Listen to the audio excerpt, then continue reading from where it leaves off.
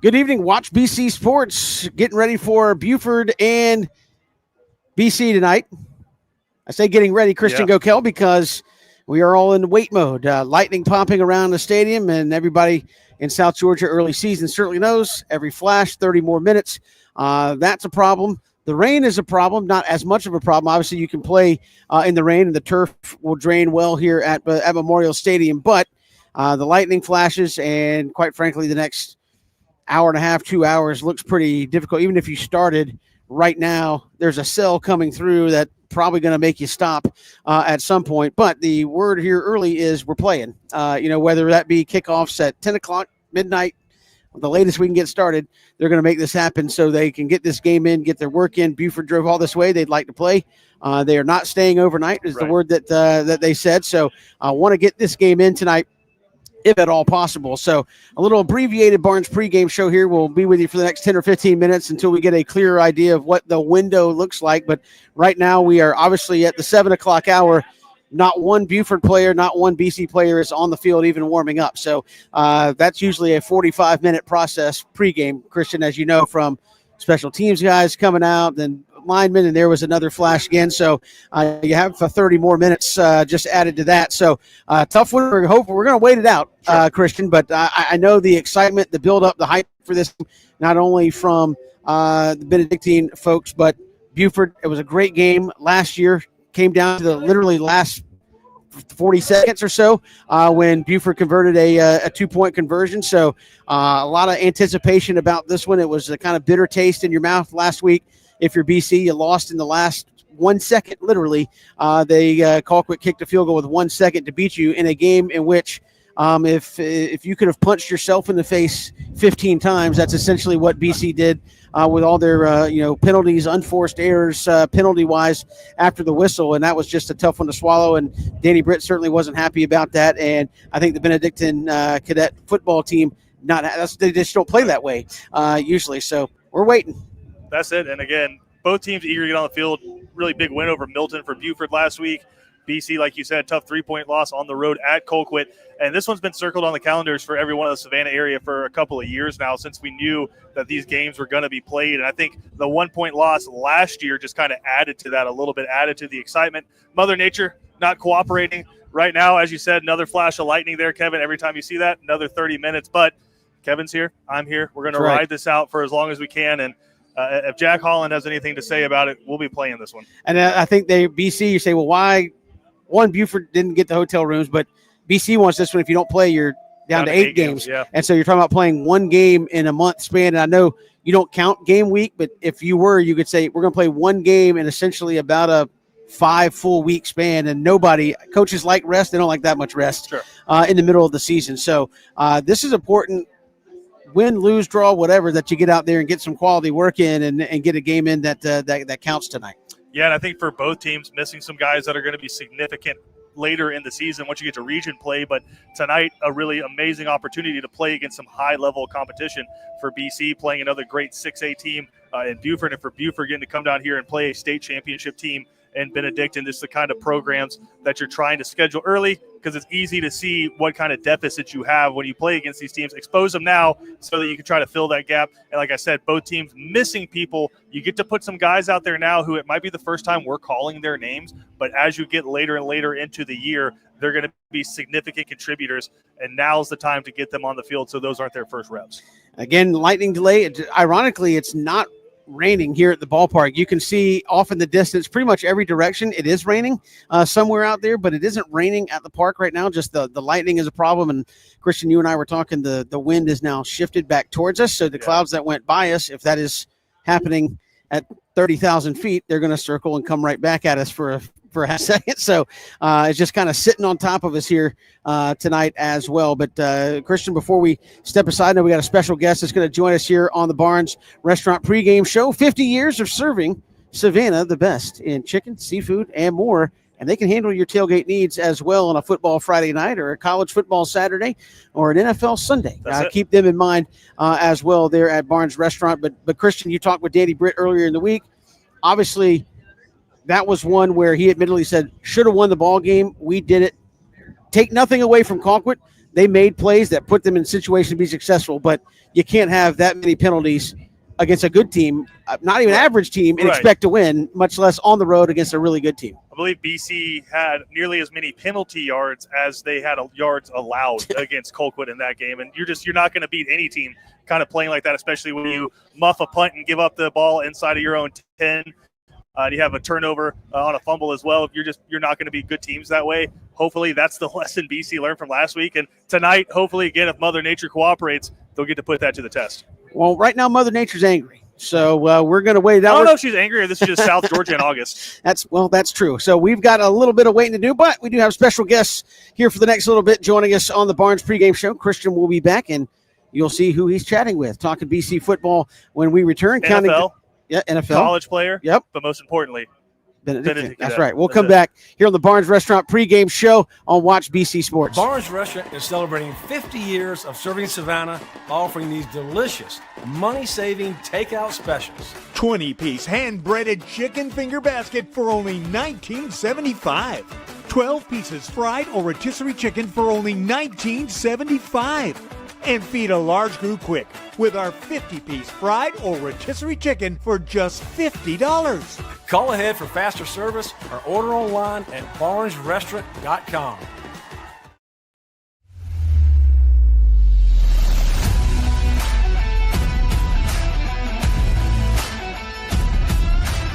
I'm Kenny Granger from Cash and Carry. We're a family-owned business right here in Savannah. We have sections of vehicles that really make it all simple. You'll get a printout of where the vehicle's at, the color of the vehicle. We really want them to be able to come in the yard and find out right where they need to be. The average savings would be at least 70, 80, could be even 90% compared to original manufactured parts. So you can come to a place like Cash and Carry and find the parts that you need at an extremely reasonable price. We'd love for you to come check us out. Welcome to Sandnat Golf Carts. Welcome to Sandnat Golf Carts, where luxury meets quality. We offer a wide selection of top-notch custom golf carts to suit your every need.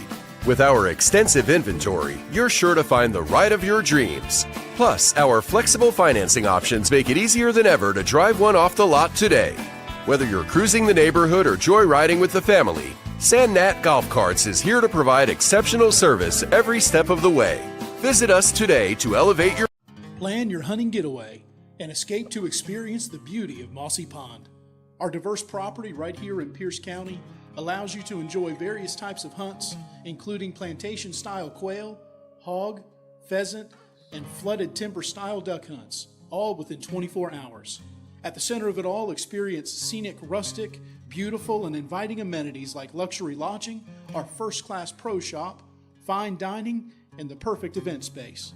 Book now and see why Mossy Pond Lodge is Georgia's premier hunting paradise.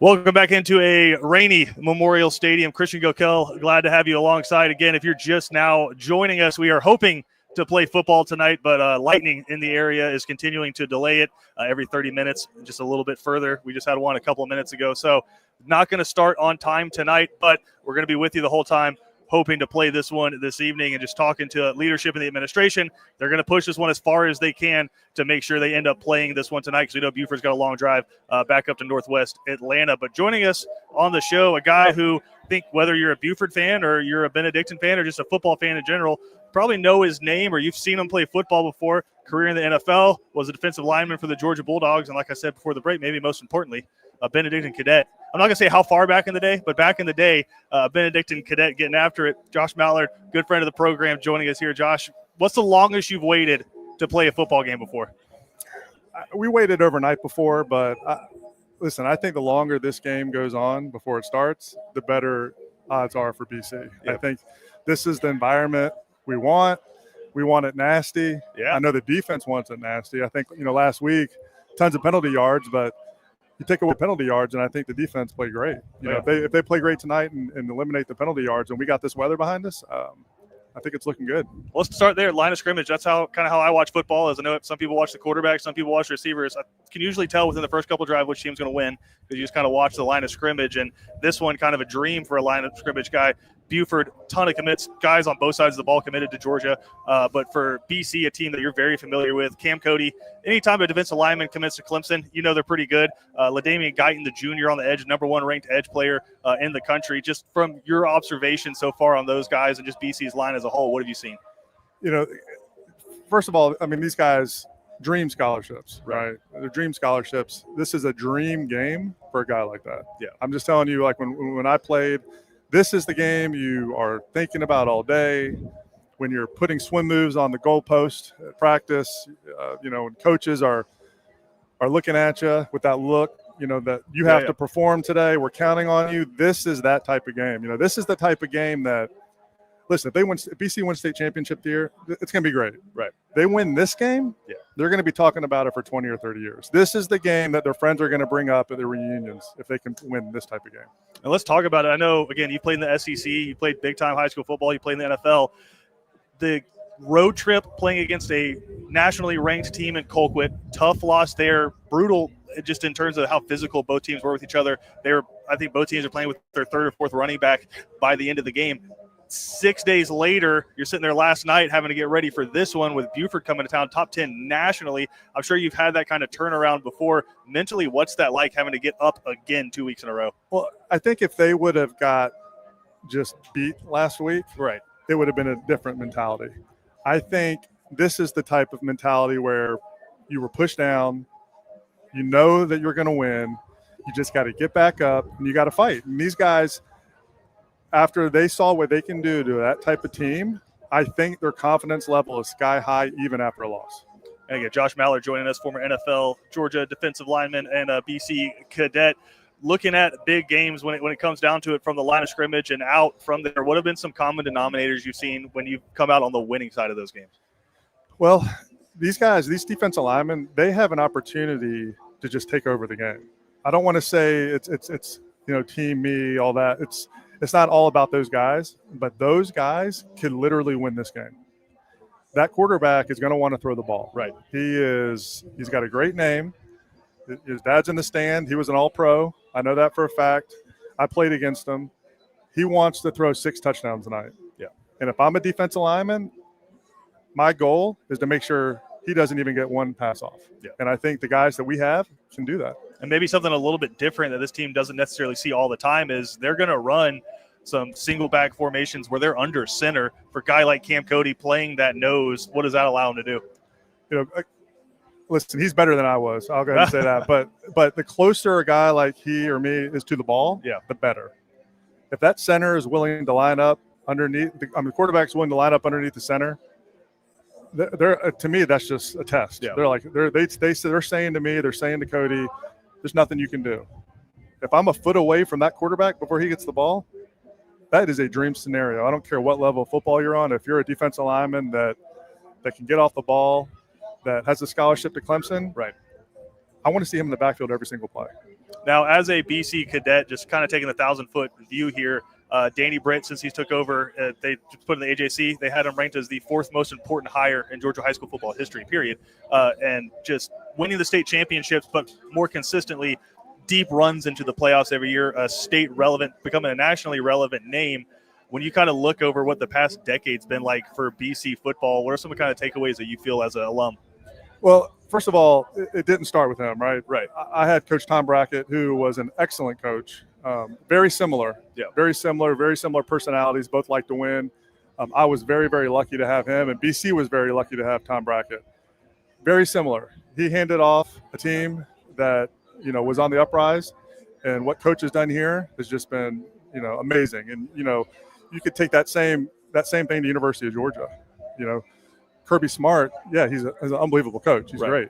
But Coach Richt, like it or not, was an amazing coach. And before him, he didn't build it from nothing. Yeah. Coach Donnan has had probably the best winning record of a coach, I think, definitely top 10 in the SEC. Right. Unbelievable. So, I don't want to say, and Danny would say the same thing. Like, there was guys before him that laid the groundwork. He's not going to ever take the credit.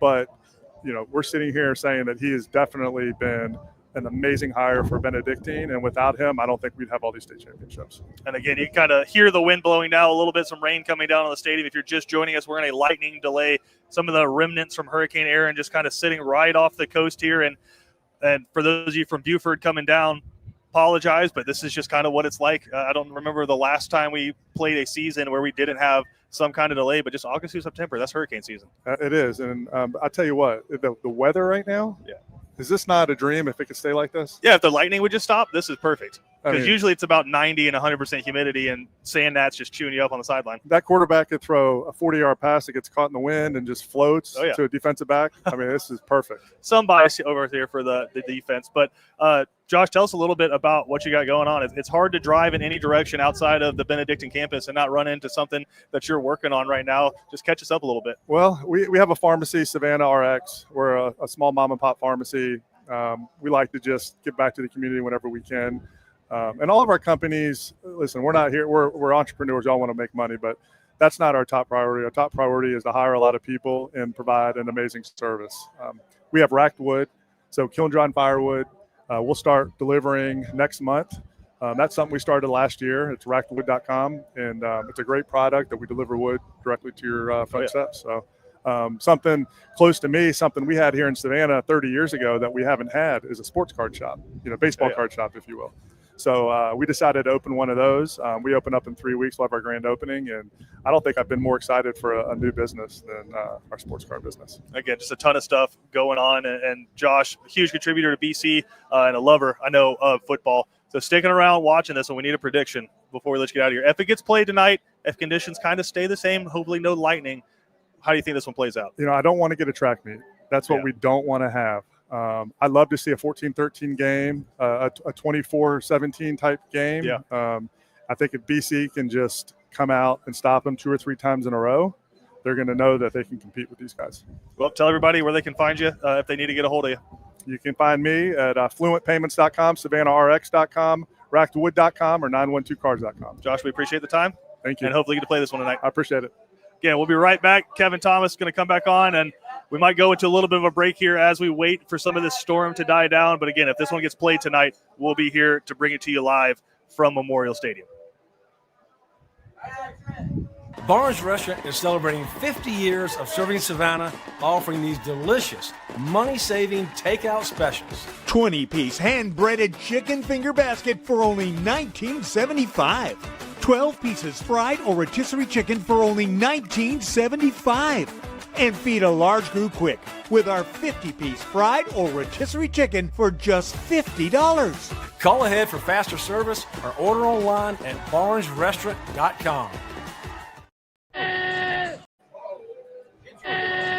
When it comes to blocking all the obstacles that life throws your way, let Vernon Williams and Auto Owners Insurance help you dodge the hits, analyze the playing field, and run the ball all the way home. We shield you so you can have peace of mind when it comes to auto, home, life, or business insurance. As one of the oldest and most respected independent insurance agencies in the Southeast, we know what it means to stand behind the people we protect head on. Trust in the power of the shield since 1934. For more information, go to thepoweroftheshield.com.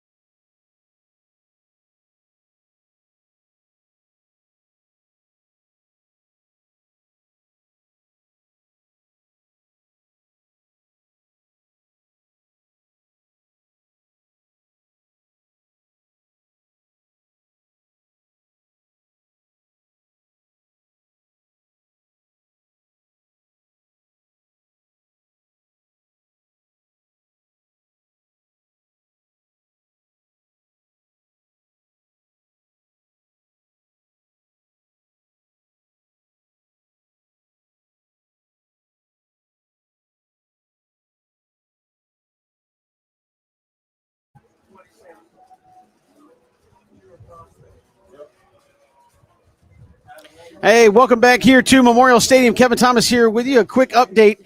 We are hopeful for an 8:35 kickoff. 8:35.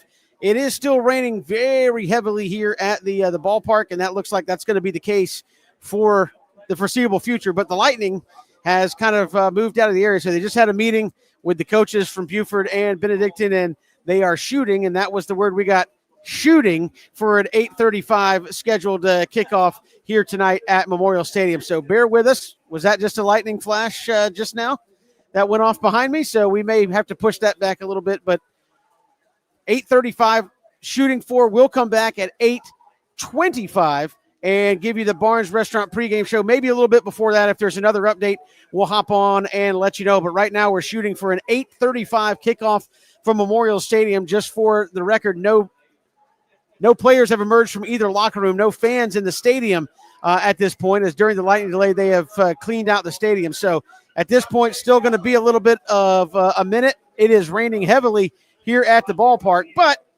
at least hopeful to get some football in here tonight from Memorial Stadium. So we'll step aside. We'll come back. We'll have the Barnes Restaurant pregame show at this point scheduled for around 8:25, kickoff around 8:35 right here on Watch BC Sports.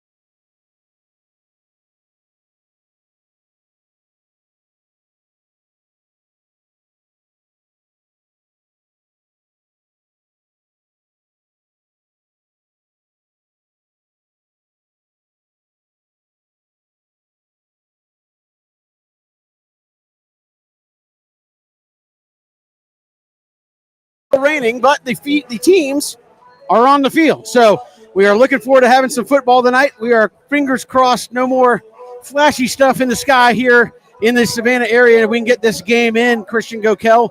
We're going here in the Barnes Restaurant pregame show. Thanks to Hugh Barnes. Brought some rain delay munchies up here. Some wonderful barbecue, clutch, macaroni and cheese, everything you need for your game day tailgate.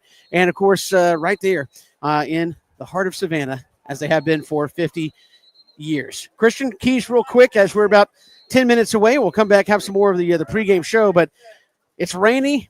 It is artificial turf, so it'll be maybe slick, not wet and soaked. What's the key tonight for BC here? Yeah, which front line can stand up to the other one? There's two groups that I don't think mind the rain too much right now, Kevin. Offensive lineman, defensive lineman. Those are guys who can put their hands in the dirt and just try to go forward. Offensively, I think it's whoever's passing game gets going. Slick track right now, especially while the rain keeps coming down. A lot of times people think, hey, run the football, run the football. It can be hard to get the run game going and get people moving. But if you get somebody out in space, a lot of times like you see in snow games, it's whoever can get the passing game going that ends up benefiting from this rain. Well, we know we've waited a long time to get to this football game, and we are hopefully almost there tonight here at Memorial Stadium. We'll come right back. We'll continue along here on the Barnes pregame show right here on Watch BC Sports. Barnes Restaurant is celebrating 50 years of serving Savannah, offering these delicious, money-saving takeout specials. 20-piece hand-breaded chicken finger basket for only $19.75. 12 pieces fried or rotisserie chicken for only $19.75. And feed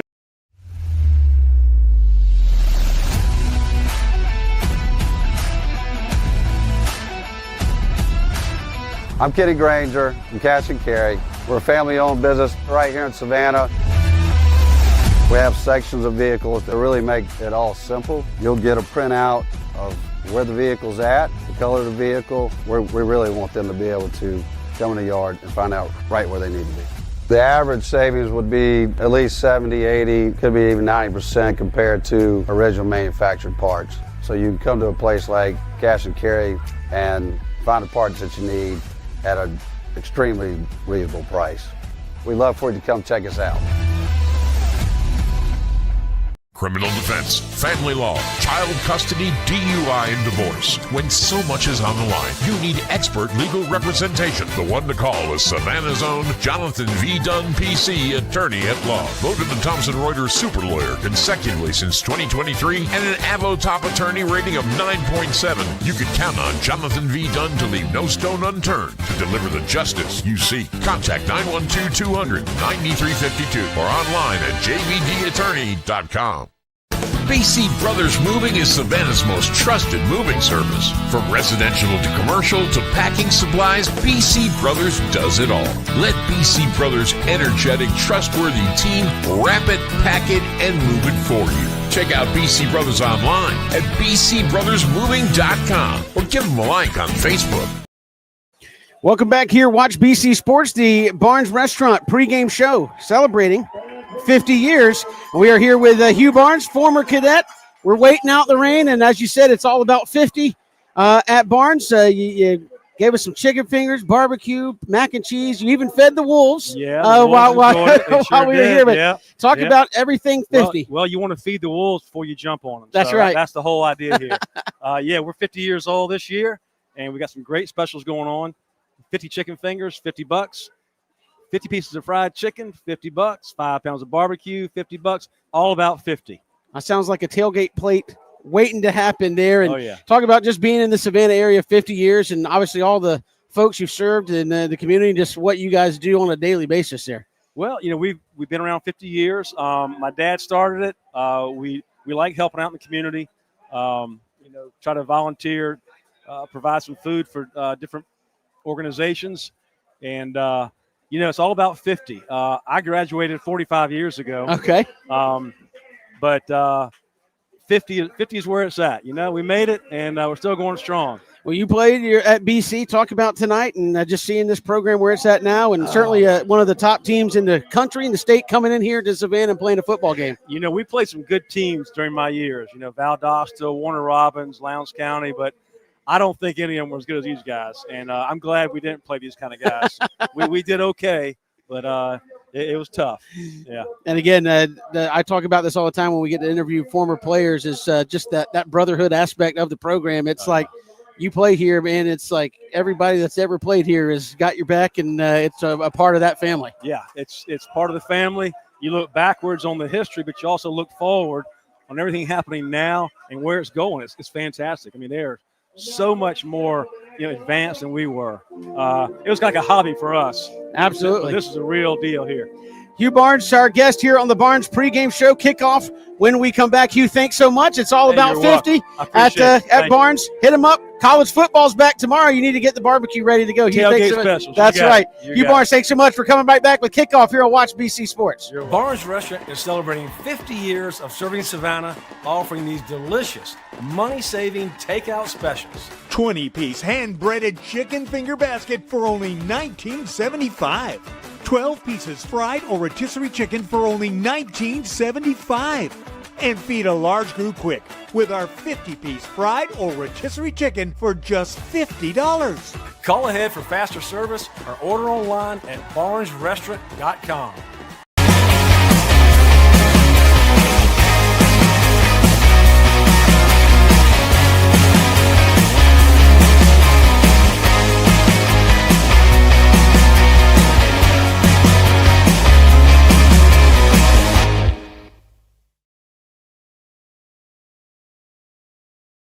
Cool Vibes Pizza and Wings is one of Savannah's most popular. Could be the New York style pizza, or the pasta, or sandwiches, or wings. Whatever you choose, Cool Vibes has their own unique style. Check them out at 4501 Montgomery Street, Savannah.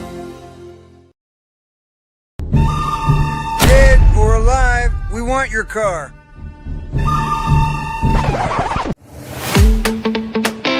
No matter the condition, running smooth or barely rolling, Cash and Carry in Savannah will buy it right off the road. Visit us now, get your instant offer, and turn that ride into cash today. We buy cars, any condition.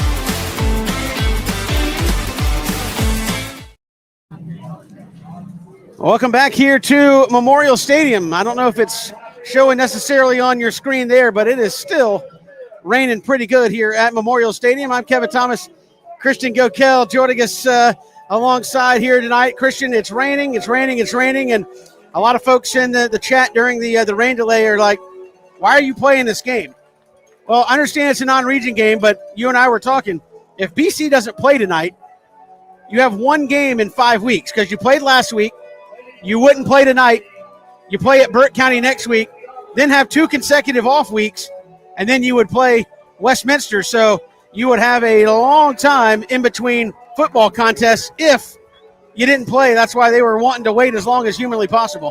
Yeah, I mean, I think both teams really wanted to play this one, Kevin. A lot of talk since this was put on the schedule, and it got even bigger last year with that 1-point win up at Buford. So the weather has been a huge factor tonight, but God willing, we're going to play some football.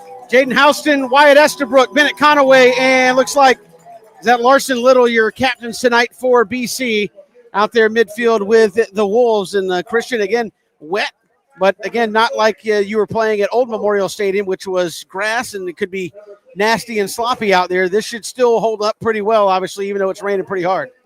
Yeah, and again, the turf helps out a lot, as you said, Kevin, and it's going to be a slick surface tonight, so ball security. But again, what team can get that passing game going early, I think is going to be a big factor. Coin flip happening right now at midfield, and we'll see who's going to take the football first. It looks like they're talking to Buford. They may have won the toss. Let's see what Buford won it, and they're going to defer to second half. So we'll see Stephen Cannon and the BC offense on the field first, Christian, and a chance for A.J. DePhillips, offensive coordinator, to try to get something going right out of the gate. Yeah, Kevin, and not the first time that they've been on the field first. And the scrimmage against Camden and then against Colquitt, they went right down the field and scored a touchdown on their first possession. So BC's been strong to start. Hopefully they can continue that tonight. All right, Christian, it's been a crazy week, obviously, after all the penalties a week ago against Colquitt. Danny Britt said, I'm embarrassed. We don't play football like that. We're going to fix it. And now we'll find out if they do. This is another high-profile game in back-to-back weeks. Yeah, Kevin, I would not have wanted to be a Benedictine cadet football player. these past few days at school, because I'd imagine there's probably some discipline handed out there between the hashes at practice. So I'm sure they're excited just to get out there and hit somebody that's not wearing maroon. Yeah, as you saw, Wyatt Estabrook was out there for the coin toss. He's back at safety this week. Mekhi Williams still out, Christian, for BC, so he will not play this week. They are hoping maybe next week at Burke County, but if not, then you get 2 weeks off after that before the Westminster game. Yeah, and also down JoJo Sutton in the secondary as well. So it'll be Amari Burse on one side at corner and then Jonathan Black on the other side. But, Kevin, this offense has been explosive. Get to see Bubba Frazier out there, Stephen Kalin, Stanley Smart coming off of a 100-yard game. Let's get it going. Fans are on their feet. They've waited almost 3 hours to get this one going. It looks like it's going to be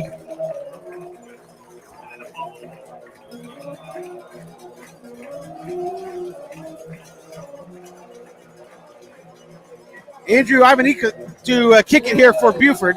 Hopefully I got that name correct. And he will kick it off. We're underway here in the rain. And down at the 5. BC will take it out there across the 10. This is Bubba Frazier. Tripped up, hit, and dropped at the 14-yard line. That's where BC will take over. So tough field position here early. Let's see what A.J. DePhillips dials up here for the Cadets. And Stephen Cannon, Texas Tech commit at quarterback. Bubba Frazier going to Notre Dame. We'll see if those two hook up early. But the power run game last week, Christian, with Stanley Smart really took a big step forward. Yeah, Kevin, and again, running the football is going to be tough tonight while it's this slick. Got to try to keep the ball in the air a little bit if you can.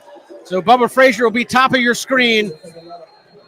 Stephen Cannon in the shotgun. Stanley Smart off to his right. And here's the give to Stanley. And he'll push ahead to the 15, and that's all he's going to get. So tried to power run game right out of the chute here. And, of course, Buford, Christian, loaded with talent. A lot of D1 offers and commitments on that Wolves sideline and on the field. Yeah, and you're going to have to, Kevin, find a way with some guys who may be a little bit undermanned right now. Here's Cannon going to throw it underneath and in and out of the hands. He was looking for, that was Aaron Mallard, and threw it behind him a little bit. And that looked like one of those, I don't know if you call it an RPO play, but one where Steven could have tucked it, but the defense collapsed and picked up and let it rip. Yeah, pushing a little hard there, Kevin. Just got to let it come to him. I know they're excited right now, but. So 3rd down and 9 here for the Cadets. Can't turn the football over here. Big down early in this football game. Here's the snap. Cannon, all kind of pressure, going to throw it away. You had Stanley Smart running up the near sideline, never turned around to look at it. So a 3 and out for BC. And Christian, talk about that first 3-play series. No, I think Buford really won on 1st down, put BC in a 2nd and long, and then really able to not to get anything going through the air right there. BC's receivers are going to have a tough time tonight finding separation against an uberly talented secondary for Buford. And, Kevin, this has been a real struggle for BC early in the season, just punting the football. And Stephen Cannon back to punt, and BC moved. So that's a change right there. Stephen Cannon has not punted all season long or into preseason. And now here he's punting deep in BC territory. They just got popped with a 5-yard penalty. So you talk about playing smart and playing clean and just cost themselves 5 yards, going to back it up inside the 10. So Cannon going to punt from his own end zone now. You've got Green hanging out at the 40-yard line of BC for this punt. Cannon gets a good foot into it, going to chase Green back towards midfield. BC tried to get the angle on him, and he's going to turn the corner at the 40, inside the 30, and at the 20, and knocked out of bounds at the 15. So special teams again. Can't cover the kick, Christian, and that's, again, preseason last week and now first series this week. Yeah, Green, the Georgia commit right there, he's dangerous. And that time, Stephen Cannon with a long punt, but it was low and it moved fast, so coverage team didn't really have a chance to get down there. Really nice return there, and defense setting up offense for Buford early. And, of course, it'll be Raiola, the quarterback. Lefty coming out for Buford. And the Wolves will come out in that pistol look with twin receivers here to start it off. And another drive for this BC defense starting inside their own red zone. And again, last week, Colquitt 2 touchdowns on drives that started inside the 20-yard line. So Cadets continue to kill themselves with field position, not helping that defense out. Here's the give, straight ahead now off the left. The Cadets there to snuff it out, but the pile still moving and going to shove ahead for about 6 yards, Christian. Yeah, we've seen that over the past couple of weeks. Officials not afraid to let these keep going. A lot of times in the past, you'd see that blown dead early for the forward momentum stopping, but I guess the Eagles and the rugby scrum has made its way into high school football. So second down, they'll call it about 4. As Raiola steps back in the shotgun. He's got McCoy off to his left. He'll put a man in motion.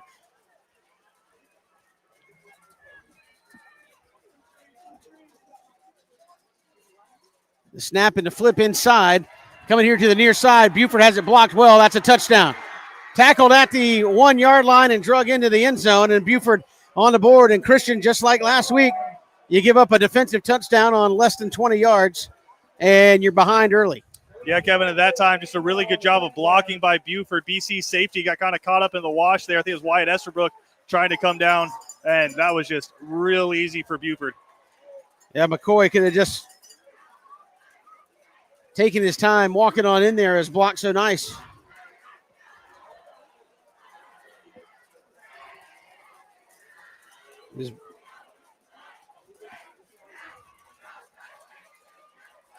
Buford going to incorporate the swinging gate here on the extra point.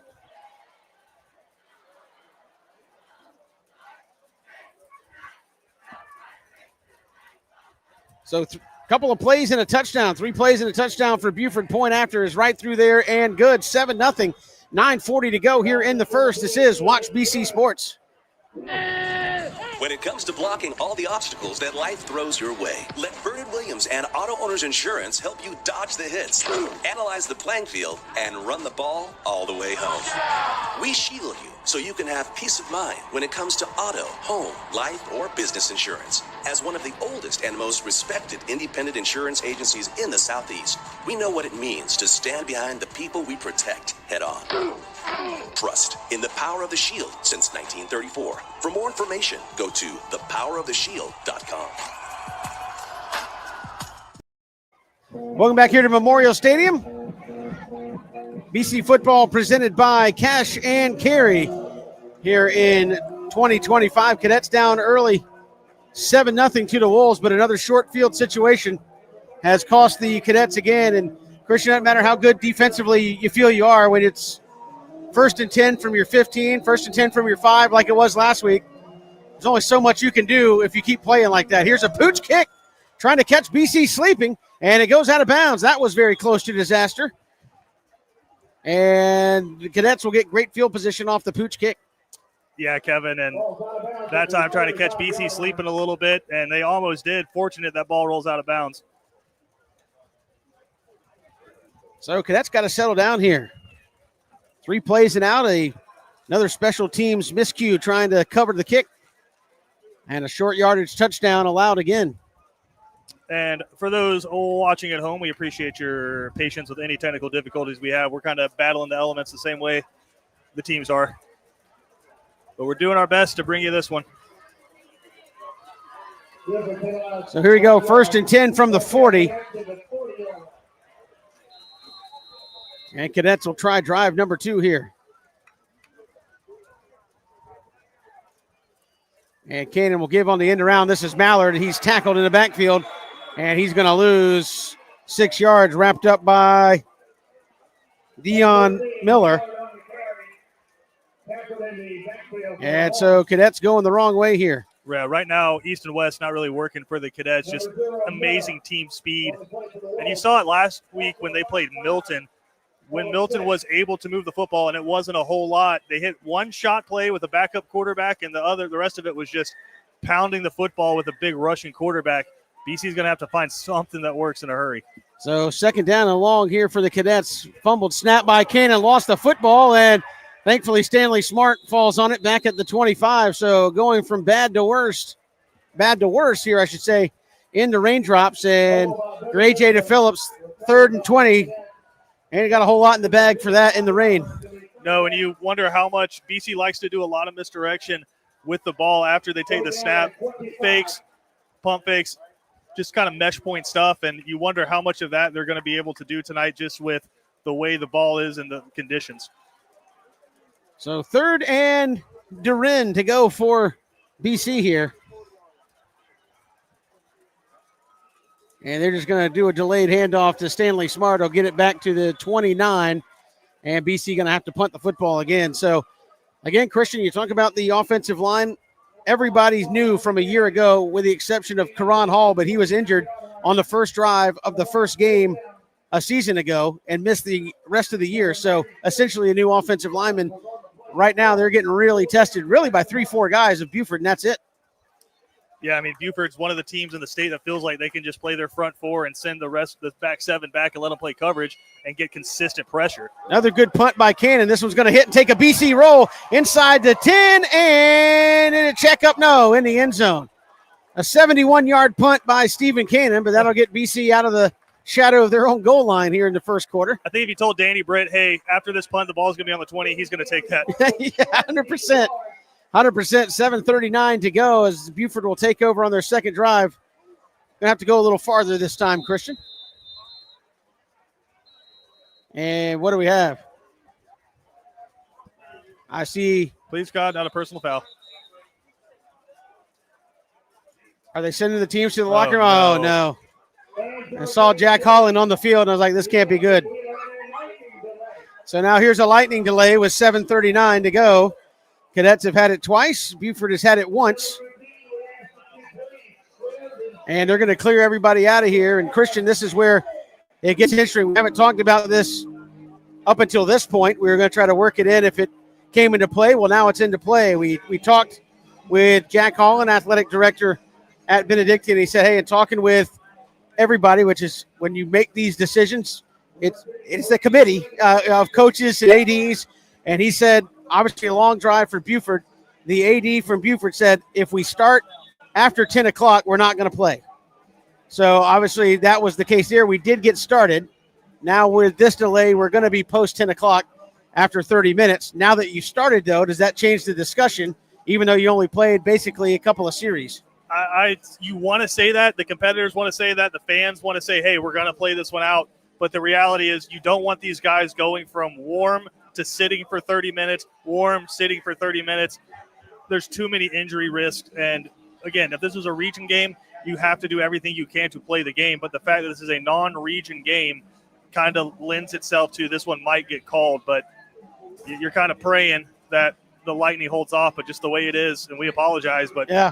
Coastal Georgia in August, it's storm central until about November. We're just dealing with hurricanes and thunderstorms every afternoon. So apologies, but this is the coast. So while we have a second, you see Jack Holland is out there. If you look at midfield, he's out there with the Buford AD, and I hope that's not what they're discussing is how long you're willing to wait in this light.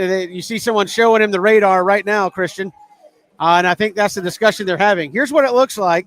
How long are you willing to wait to start playing again? I wouldn't be surprised if this was it, Kevin. I mean, the earliest you can start again would be right after 10 o'clock. Yeah, 10:05. And then you'd have to give them time to re-warm up. So realistically, you're looking at about 10:20 before you start again. And we're only halfway through the first quarter. And you're just kind of praying that you don't get another lightning strike in the next 30 minutes. And then after you bring it back out. And there is another cell moving in. And again, we talked about this. The reality is for BC, they got a game at Burke after this. But then after that, you don't have a game for 2 weeks. Right. Just because of the way the schedule worked out this year with only 9 teams on the schedule. So they want to do their best to play this one, but it's not looking overly likely right now. And for BC, I guess the one positive, you can say the same for Buford is you didn't know this was going to happen tonight. Aaron's kind of just been sitting off the coast in the Atlantic. Didn't know this was going to happen tonight. So you've gone through week at full speed in practice. And so, yes, you don't get the live game reps, but if nothing else, you got the full week of lead up. So, you know, Kevin, 15, 16, 17, 18-year-olds, if they don't have a game, as much as you would like them to fly around at full speed practicing, probably not the case. You got Buford coming in on Friday night. You got Benedictine on Friday night. You're probably flying around a little bit. If there's one positive, that might be it. But, again, it kind of stinks for BC, and I know for Buford, not great either. I think Danny Britt's kind of pleading his case here with the Buford coach. I saw him kind of gesturing. Well, we didn't see a handshake, so usually if they bang it, they'll handshake and say that's it. But apparently we haven't done that yet. So hang on, and we'll keep going. But as we said, if you're BC, you want to play just for the reps because essentially you've played 2 series in this one, Christian. You won't play after next week for 3 full weeks. That if you count the game day Friday, it'll be 3 full weeks. So you essentially play 1 game in a month to try to get ready for region play. That's tough to stay consistent. And so the cadets, I think, really wanted to get this one in. They haven't called it yet, but we will wait it out. Let's step aside, Christian. We'll come back, regroup, and continue on here. This is Benedictine football on Watch BC Sports, brought to you by Cash and Carry.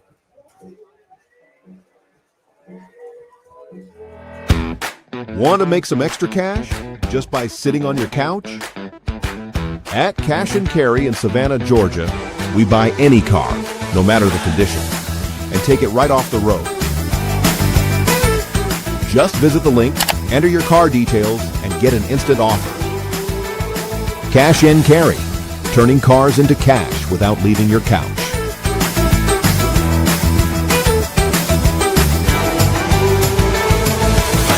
Cool Vibes Pizza and Wings is one of Savannah's most popular. Could be the New York style pizza, or the pasta, or sandwiches, or wings. Whatever you choose, Cool Vibes has their own unique style. Check them out at 4501 Montgomery Street, Savannah. Hey, rain jacket. It's back there in the his rain jacket's in the back of the wagon. We are back here, and as you can see, it's gotten torrential. Here at the stadium, Christian Gokel, as we are in a lightning delay. Haven't seen any more lightning, but the wind was blowing right to left. It's now growing left to right. So I know we've had folks say this cell goes all the way back to Waynesboro. No, this cell that we're in has quite literally done a circle around Memorial Stadium. The wind has shifted 2 or 3 times all the way from pregame, and it's blown every direction since we've been here at the park. Now it's blowing into the north end zone. So it has shifted back that way after blowing into the south end zone about 20 minutes ago. So it is absolutely monsooning right now here at the stadium. I mean, if you're a football player, Christian, there probably was a time where you're like, heck yeah, if it's not lightning, let's get after it. But as you said, the back and forth to the locker room and back out, that's a tough thing to keep pulling off 3-4 times in an evening. Yeah, and again, if you're playing a region game, you're going to try to make it happen, but unfortunate reality is Buford's about 5.5 hours up the road, and they're not in your region, and they want to be healthy. You want to be healthy, and this, the risk of playing at 11 o'clock at night after sitting and starting and sitting and starting and sitting and starting, not where you want to be. And again, I know people said, why can't they play this tomorrow? Well, here's the logistics of that. Christian is talking with folks. Buford, they don't have hotel rooms, so they're not staying. So you can't play tomorrow. You have to play tonight, or it's not going to happen. It's basically the word that we got. And it's not looking like Mother Nature is a big fan of this matchup. She didn't want this one to happen, but we'll see what they decide. Again, you didn't see the handshake at midfield when they were talking about it. Usually when you see the, hey, safe trip handshake, you're like, oh, no. But it is coming down here. And, again, the cadets, Christian, this is a doubly one of those things. You're playing a good team, and quite frankly, what you put on tape in 2 drives and a defensive possession is not worth remembering at this point.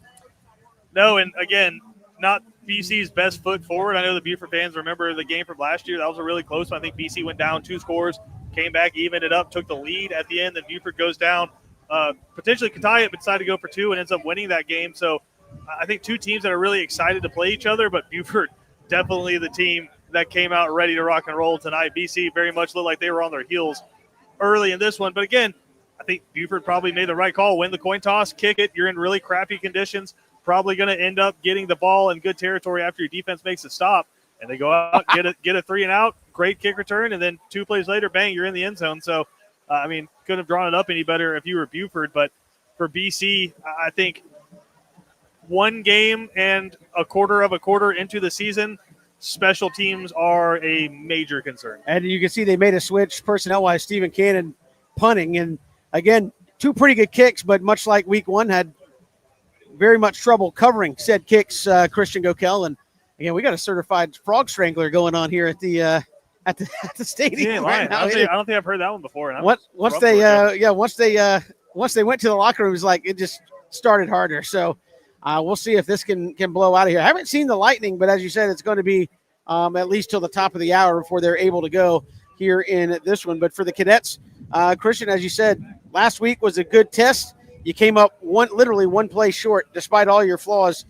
I know they were excited to see how would you respond this week. However it went, get some more good tape and say, and Danny Britt has told us this multiple times, Christian, last week and this week, you probably, and this is no disrespect to Ware and Warner Robbins who you're going to play, you probably aren't going to face as tough a defensive fronts and offensive fronts as you saw the last couple of weeks, and Ware's pretty dang good too. But if you can hold your own and establish what you got with basically 5 new guys on the offensive line, a lot to build on getting into region play, and not getting to do it tonight is going to be tough if they do decide to send everybody home. Yeah, and I know early in the season you're kind of trying to find an identity, and it's really hard when the first 2 games of the season are Colquitt and Buford because you're kind of trying to survive those games to win them. Like we talked about last week against Colquitt, 27-24, you're tied late in the game. That one felt like a playoff game. And I was talking to Danny about it. He's like, yeah, it felt like a semifinals game. Like, that's the intensity level. So you're exposing weaknesses that you have on your team, i.e., if you're playing a team that went 1-9 last year and just perennially bad, you're probably still not great at punting, but you're not really worried about it because you win 70-0. I think Buford and BC would rather play the Miltons and the Colquitts early in the season and then this game to kind of figure out where you're at, fill out where the holes are. But then after that, when do you kind of find where you are as a team? I know really hot start tonight for Buford's offense, getting the ball in plus territory, but last week it was the defense kind of setting up the offense, and you had a pick 6 in that game and then another interception that set Buford up really deep in Milton territory. Outside of that, offense kind of struggled all night, able to put up a couple of field goals, but beyond that, not a whole lot of production. So I think they're kind of still trying to figure out it. I think both teams kind of have the same quote-unquote problem where it's you have so much talent. How do you find the most efficient and explosive way to get that talent in the football consistently? And that's where you kind of saw BC last year. It was tough against Rayburn Gap. And then the next week you come out and start to build on it. And then you get into the Will County game and you were really hitting your stride. And unfortunately, your quarterback, Stephen Cannon, goes down with an injury. And then you have to restart learning how to do that. And BC kind of did that again with Amari Bursick, quarterback. Found who they were, found the play calls that consistently work. Guys stepped up, and then you make a run 3 rounds into the playoffs. So it's hard to do that against really good teams, and it's not going to get easier next week because you're playing Burke County. And this season is going to be a strange one, Kevin. It doesn't look like we're going to be able to play this one tonight. I hope we are. Stick around until we find out. I know there's people in the chat saying potentially that this one is already canceled. They heard from quote-unquote people, boots on the ground, but I'm looking in the BC offensive coordinator press box right now, and they're still going over huddle tape, and they haven't made any move to the locker room yet. So buses, still lights are turned off on the buses for Buford. So I'm wondering if they're going to try to sit this one more out and then try to come back out and play it. But I think for both of these teams, finding out who you are and what your identity is going to be big going forward because it's hard to do it in games like this. Yeah, certainly. And again, I think this one hurts for a number of reasons because, again, this would take you down to like 8 games. And I know a lot of people say, well, why did they only schedule 9? And that was, Christian, kind of you hit on it.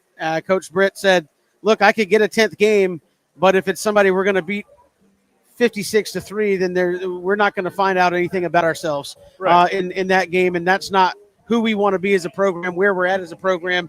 We want to test ourselves, find out who we are, and go get after it. And then, obviously, those 5 weeks in November and December to play, hopefully, towards a state championship. So that is where they're at. But man, it is coming down. Haven't seen a lot of Lightning here at the stadium at this point, and it really didn't see it when they came out on the field. Probably one of those where it was on the outer limits of that. I think it's either 10 or 7 mile band. Yeah. If it's inside that kind of cone, then off you go. But we haven't seen the flashes like we were seeing pregame around the stadium. Yeah, and athletic director Jack Holland has a system that buzzes him when that happens, and not just for football, but for anything. So it's it's one of those things where you just got to wait to see Jack run out there with his BC hat on and stop the game, or you just got to figure it out, because a lot of the lightning strikes Kevin tracking on the map are right off the coast in the Atlantic, but close enough because we're so close to the water next to Wilmington Island that it's still affecting us. Yeah, no disrespect to Jack Holland, but when he's on the field, that's not good. Not good. You want Jack behind the scenes. That's right. And he doesn't want to be on the field either. We saw him in the rain delay, and we're like, how's it going? He just shook his head like one of them nights that you deal with as an athletic director. So BC and, boy, is it possible it's raining harder? BC and Buford in the locker rooms. Christian, let's take a quick break. We'll come back and keep talking here. Rain delay coverage. Send us your questions. This is what the people are here for. Yeah, send us your questions in the chat. We'll do our best that's a dangerous game. It really is, but do it anyway. We'll come back here. This is Watch BC Sports, presented by Cash and Carry. Plan your hunting getaway and escape to experience the beauty of Mossy Pond. Our diverse property right here in Pierce County allows you to enjoy various types of hunts, including plantation-style quail, hog, pheasant, and flooded timber-style duck hunts, all within 24 hours. At the center of it all, experience scenic, rustic, beautiful, and inviting amenities like luxury lodging, our first-class pro shop, fine dining, and the perfect event space. Book now and see why Mossy Pond Lodge is Georgia's premier hunting paradise. Bowtie Barbecue Company at 6724 Waters Avenue in Savannah serves up barbecue both familiar and new, made by hand and made with love. Family friendly and relaxed, Bowtie takes great pride in the by hand preparation of high quality beef ribs, smoked chicken, pork spare ribs, and more. Come join the Bowtie family. Ask about our food truck and catering too. Bowtie Barbecue Company, Southern charm naturally. Look for them online at bowtiebarbecueco.com. Criminal defense, family law, child custody, DUI, and divorce. When so much is on the line, you need expert legal representation. The one to call is Savannah's own Jonathan V. Dunn, PC, attorney at law. Voted the Thomson Reuters super lawyer consecutively since 2023 and an Avo top attorney rating of 9.7. You can count on Jonathan V. Dunn to leave no stone unturned to deliver the justice you seek. Contact 912-200-9352 or online at JV. When it comes to blocking all the obstacles that life throws your way, let Bernard Williams and Auto Owners Insurance help you dodge the hits, analyze the playing field, and run the ball all the way home. We shield you so you can have peace of mind when it comes to auto, home, life, or business insurance. As one of the oldest and most respected independent insurance agencies in the Southeast, we know what it means to stand behind the people we protect head on. Trust in the power of the shield since 1934. For more information, go to thepoweroftheshield.com.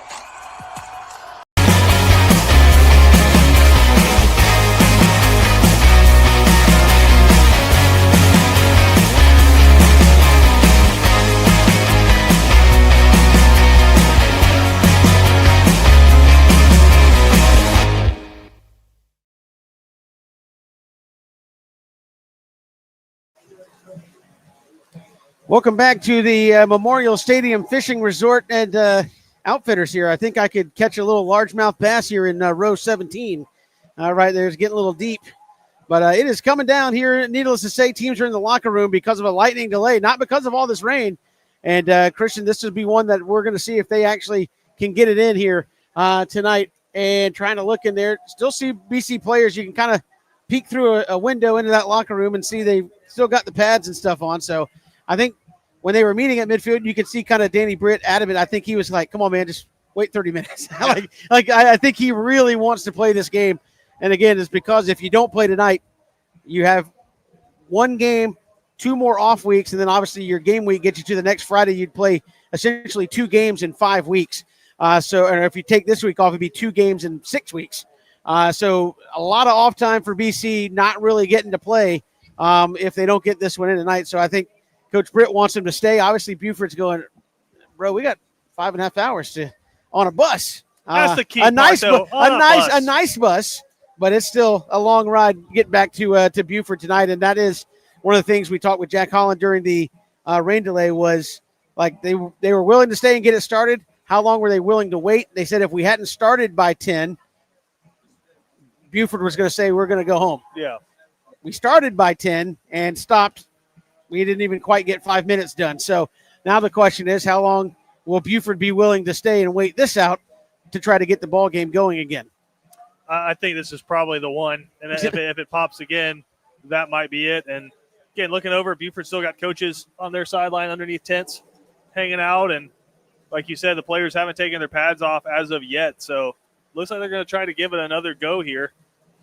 Yeah, and again, I think you don't want to get anybody hurt, but I think this is you need to play for Benedictine. I don't know that Buford needs to play necessarily because they have a full 10-game schedule and all that. So in the grand scheme, this is one of the best games you could catch in the state tonight.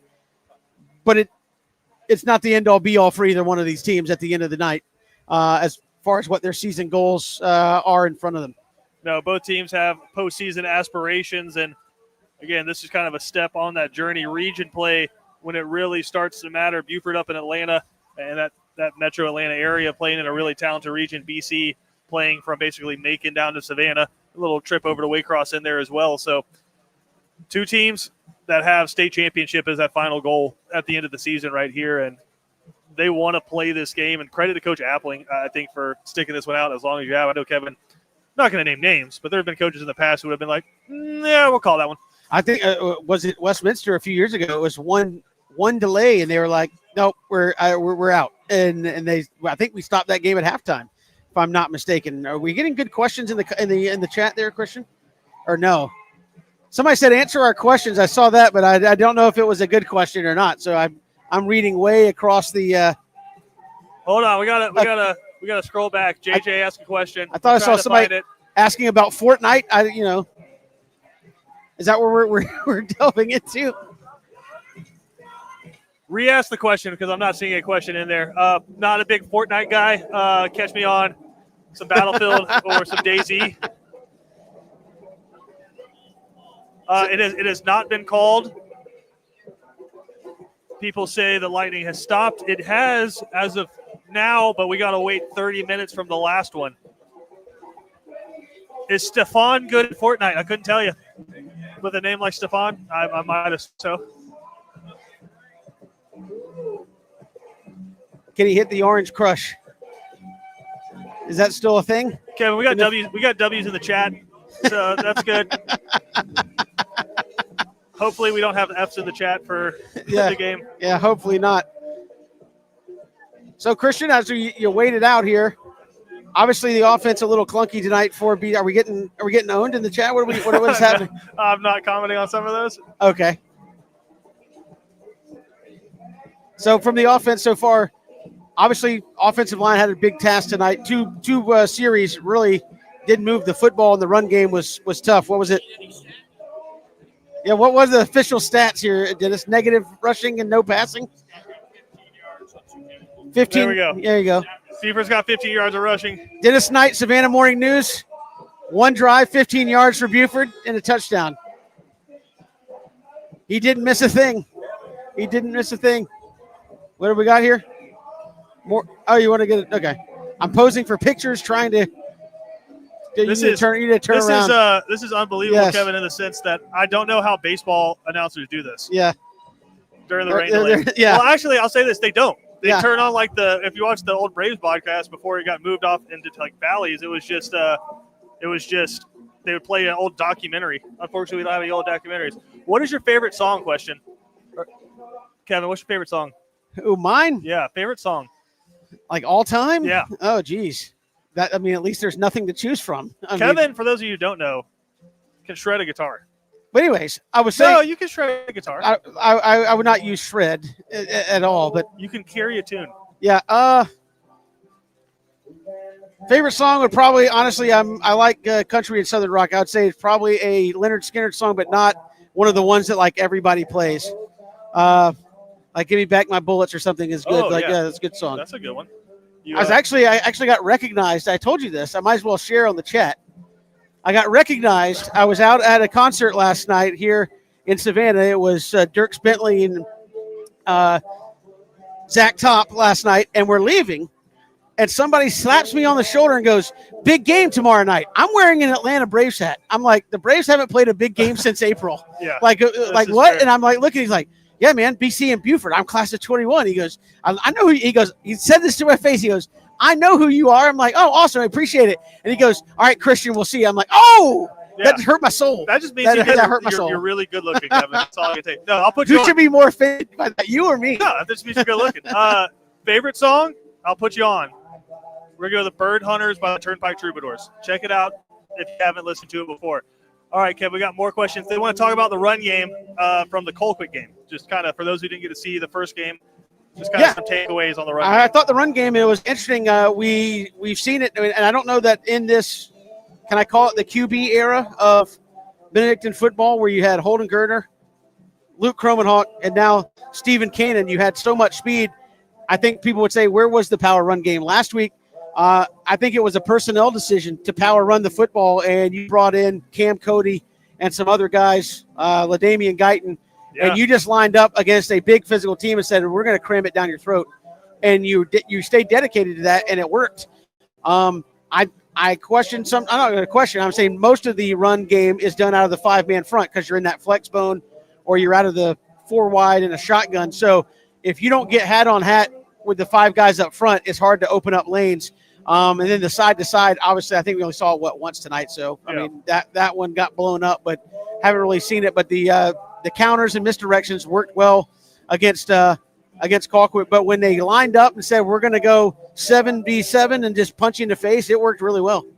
Yeah, and I think what was really cool to see is the evolution of Stanley Smart. He's up to a 3-star back. And I think Kevin really started to pick up his recruitment a little bit.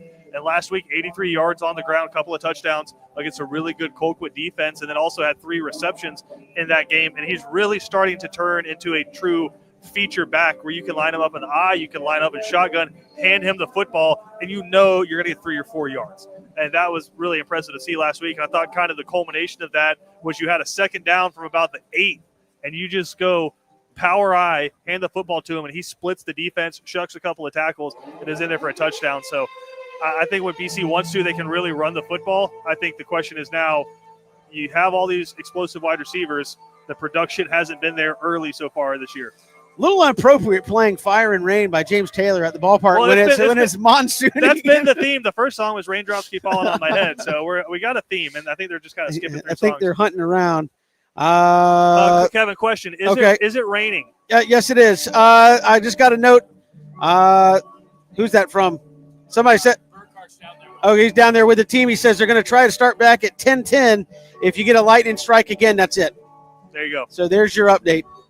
On a scale of 1 to 10, how good is Stephen Cannon? I'd say, if we're talking as a recruit or as a high school football player, it doesn't get a lot better. And I think there's kind of a scale to it where he's got a really low floor. I think Stephen's floor is like a 7, but when he's on, it can be a 10. And we saw that last year again prior to that injury against Ware. It was borderline unstoppable with BC's passing attack.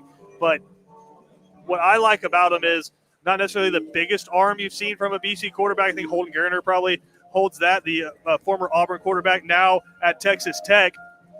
But beyond that, I think he can kind of layer the football in there, but he's probably the fastest BC quarterback, just true speed, a member of the state champion 4x100 team. So, like I said, floor 7, ceiling, he could be a 10 out of 10 high school quarterback. Yeah, and again, I think that was the shame of last year is that right when it was really starting to, I mean, you feel like he and A.J. DePhillips had that playbook rolling, and he just took a weird sack. And it wasn't even a sack. A Ware County guy fell on him after the play, and he hurt the shoulder, and that was unfortunate for him. But, yeah, I think he's got a good arm. He's got good touch, and I think that's I think you're in an interesting position because he can run, but it's also after what happened last year, I think you'd be a little gun shy to just let him go. And but, yeah, I think that's an aspect of the game that, I mean, with a new offensive line, you haven't been able to use that as much, and you've only seen him for one game and a little bit here this year. What else we got, Christian? Just scrolling back through. Favorite color? No. Let's see. We'll do one more good one, Kevin. Let's see. Thoughts on Alice in Chains? That's a great question. They're a good band. They were, I guess I should say. I mean, I know after was that Lane Staley? Yeah. Yeah, after he passed, I know that kind of changed things. But, yeah, that was an all-time 90s band.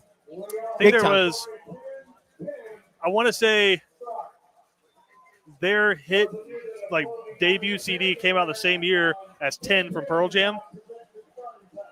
That's a good year for music fans right there. I think Metallica, the Black album might have come out that same year as well. So if you're a rock and roll fan. I know I've seen some of those memes where they're like, in whatever year it was, all these albums came out within 4 months of each other. And it was a bunch of those kind of albums. But teams are back out there on the field. And again, Christian, the word we got from some folks down on the field was they're going to try to go here in just a little bit. It is 9 more minutes to go. If we get another lightning strike, then that's it. We're headed to the house. And I'd be curious, and I'll put this to Dennis Knight, our official Savannah Morning News correspondent. I believe you have to play a full 3 quarters for it to be considered a complete game. Full 3 quarters for a complete game? Or you just make it to halftime? Yeah. Guess it kind of comes down to the coaches a little bit. Right. Yeah. I would think you got to at least get halfway done. Hey, let's get done with the first quarter and then see what happens.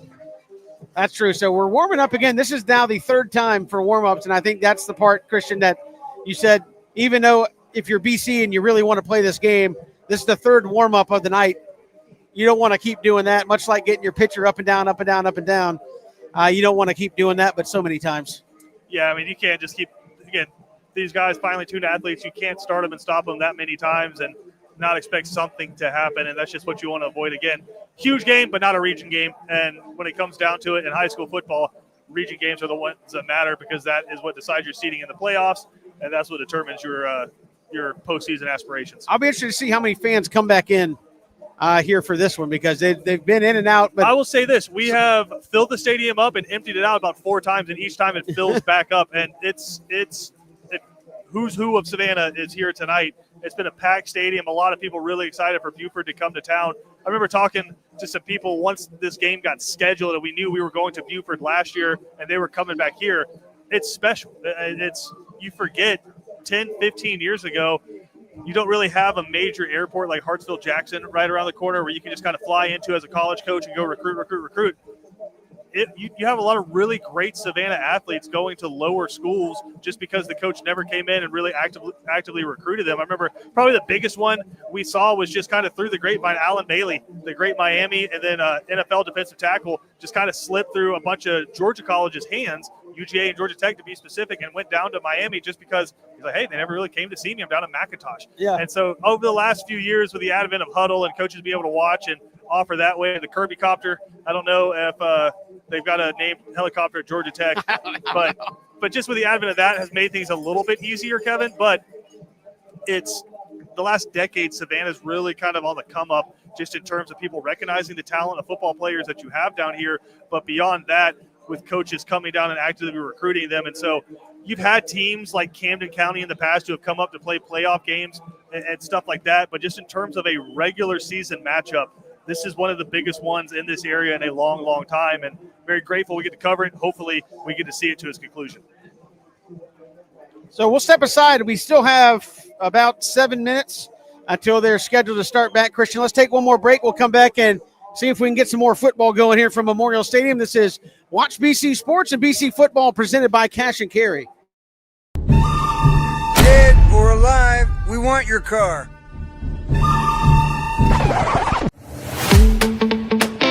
No matter the condition, running smooth or barely rolling, Cash and Carry in Savannah will buy it right off the road.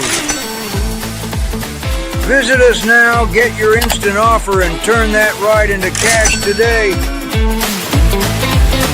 We buy cars, any condition. BC Brothers Moving is Savannah's most trusted moving service. From residential to commercial to packing supplies, BC Brothers does it all. Let BC Brothers' energetic, trustworthy team wrap it, pack it, and move it for you. Check out BC Brothers online at bcbrothersmoving.com or give them a like on Facebook. Bowtie Barbecue Company at 6724 Waters Avenue in Savannah serves up barbecue both familiar and new, made by hand and made with love. Family friendly and relaxed, Bowtie takes great pride in the by hand preparation of high quality beef ribs, smoked chicken, pork spare ribs, and more. Come join the Bowtie family. Ask about our food truck and catering too. Bowtie Barbecue Company, Southern charm naturally. Look for them online at bowtiebarbecueco.com.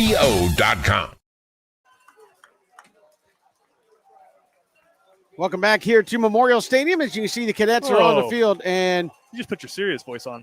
Oh, sorry. You got to give us a little bit of a transition. We just had a great little rain delay. Good, great little rain delay show, Kevin. You don't have to jump right back into serious announcer voice. So here comes Buford. It's raining as hard as it has all night long here during this most recent rain delay. And now as the Wolves come out, it's going to be 1st and 10 from their 20 after the BC punt. 7:39 to go in the quarter. And now here we go. Through the downpour.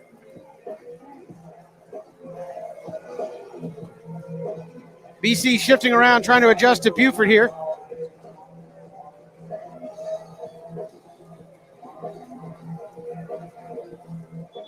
And now what do we have? Timeout. So we had a 30-minute rain delay, and you need to call a timeout? Listen, Kevin. Did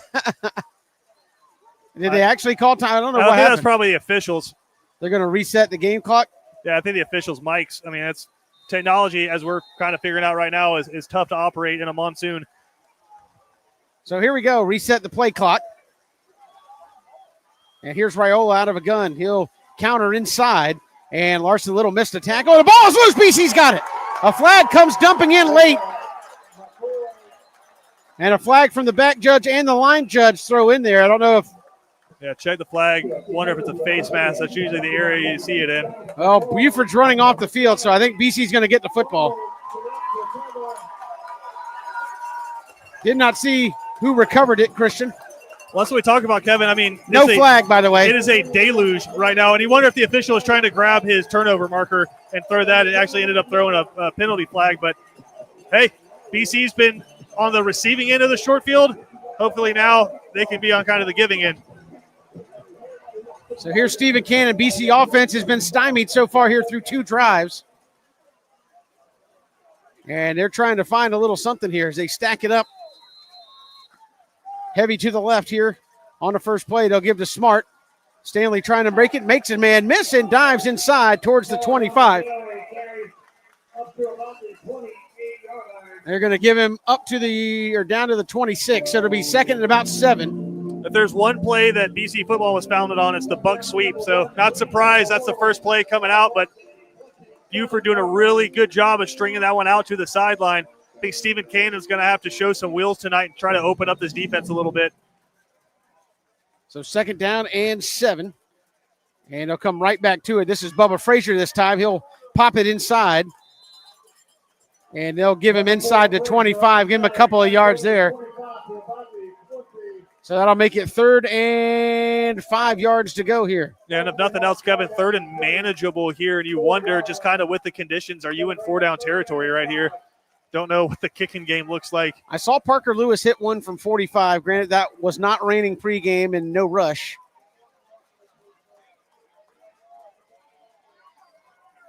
So a big 3rd down play here with some great field position for the Cadets. Rain has slacked up just a little bit. And here's the snap. Steve, Cover going to 2 look. for Buford. They're going to go. Bubba's wide open. Bubba Frazier, touchdown. There you go. Nice play call, A.J. to Phillips. And they just got Bubba Frazier working on an inside move. Christian Gokel and Cadets lead it. Or tie it. Potentially with his point after. What an answer coming out of the locker room for the 3rd time. Yeah, great play call. And again, we talked about it. Buford's so good up front. They feel like they can just sit back with 2 safeties. That time he split Bubba out. Little double move, stick into the post. And he splits cover 2. And Stephen Cannon with a beautiful pass. About as easy as it gets right there. Here's Parker Lewis for the point after. Dug out the snap, got it up, and I think he got it. There you go. 7-7, 6:12 to go. We'll step aside. We're all tied up. This is BC football. Watch BC Sports. Criminal defense, family law, DUI, and divorce. You need representation. The one to call is Savannah's own Jonathan V. Dunn, PC, attorney at law. Voted a Thomson Reuters super lawyer consecutively since 2023. Online at jvdattorney.com. Welcome back here to Memorial Stadium, all tied up at 7 apiece. Well, that was the break you needed, Christian. Yeah, I mean, again, we talked about it. Against a really talented offense, it's so hard to stop somebody on a short field like that. You take advantage of the turnover, touchdown. This is going to be John Brenton to kick off here.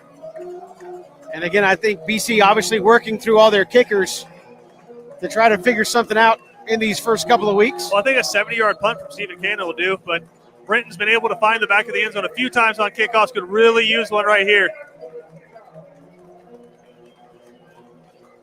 Up the left hash it goes. It'll come down short. About the 5. Ball's out again. It's going to be picked up. Let's see if Cadets can fill the lanes. Makes a man miss. And out across the 30, still going. And going to be dropped down at the 35. And that was nearly last line of defense time, Christian. So special teams coverage once again. Tough for BC, even though they did bring him down. And again, really, both teams really talented return men. They're going to put their best athletes out there. They're slippery guys, no pun intended. But that time, Kevin, you wonder if the fumble kind of froze everybody running down on that kick cover team because you don't know where the ball's going to go. You just got to stay in your lanes and wrap up. And right now, arm tackle's not going to do it against a really talented Buford team. So here come the Wolves. After a fumble last possession, it's Raiola. And he's got Green in the tail of that pistol. Cadets have LaDamian Guyton off the right side. You see Raiola pointing him out. BC showing pressure, but Raiola, senior quarterback, he's seen everything. And they'll give to Green. BC trying to stretch at the edge. And he'll make a nice spin move before he's brought down. I think, who was that? That was Scott that brought him down. And just a great job on the right side of that Buford line, just folding BC down on a little pin and pull. Got a hold of Isaac Scott, didn't let him get out there. Black able to make the tackle, but that's 8 yards, and it's right in your face. So 2nd down and 2. And right now through the first game and a quarter, Christian, teams running away from LaDamian Guyton, the #1 recruit in next year's class. The junior defensive end, committed to Texas Tech as well. Here's Raiola under center, and they'll give it deep, and there's Cam Cody. Got out of a tackle again, now trying to get the edge, and brought down up the left side by LaDamian Guyton, tracked him down on the backside. And you just see how talented he is. Georgia commit, an athlete is what he's listed as, but he's one of those guys that he can play on either side of the ball. I think kind of projected to play safety at the next level, but very, very talented running back. Kevin, 2nd week in a row, you're playing a Georgia running back. That's true.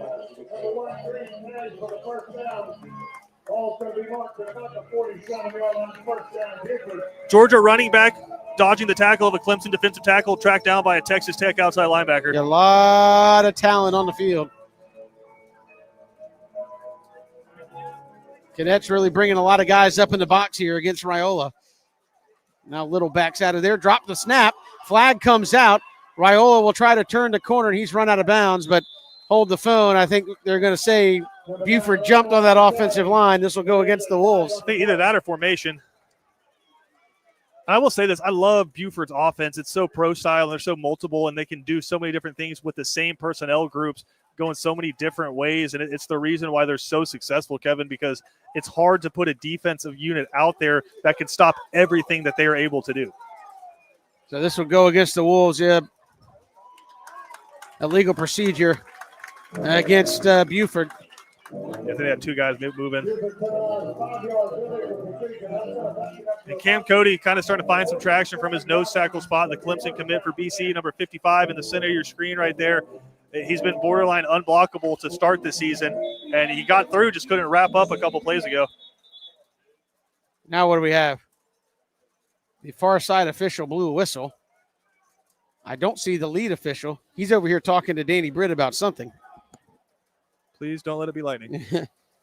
I think that was probably Danny Britt saying, hey, watch, why don't you pay attention to this?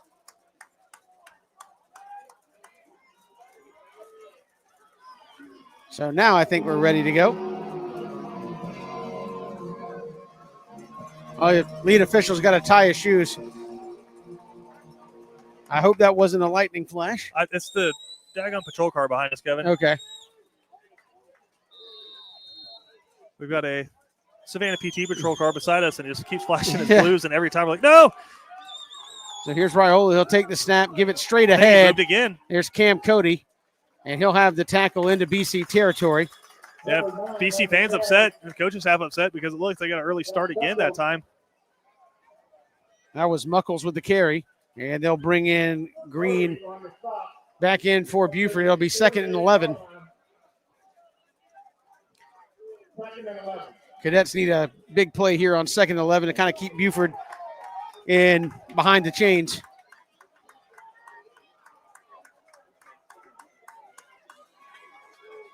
Two-back set here for Buford on 2nd and long.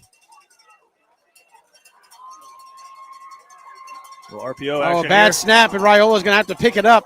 Well, Damian Guyton says he was held over there. He'll drag down Raiola on the right side. You see him saying, "Where's the flag at?" Grabbing the back of that jersey. I mean, that was about as blatant as it gets right there, but the official who was going to call it was kind of watching Raiola scramble for the ball and didn't see Guyton just getting his shirt pulled over him like he's a hockey player. So it'll be 3rd down and 7. Make it 6.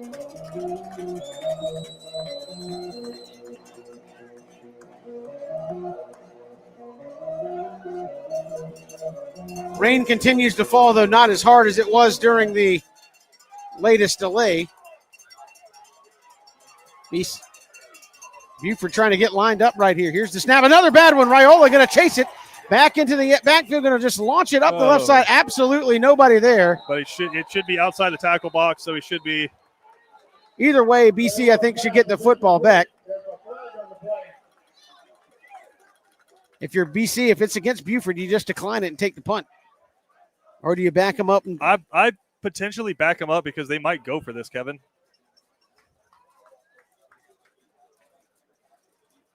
And they're talking to Danny Britt about whether or not he wants to take the penalty or not. Because it goes 3rd and 11. I mean, do you feel like you can stop them for 6 but yards? I think if you're Danny Britt, you might be lobbying for intentional grounding because you would lose the down and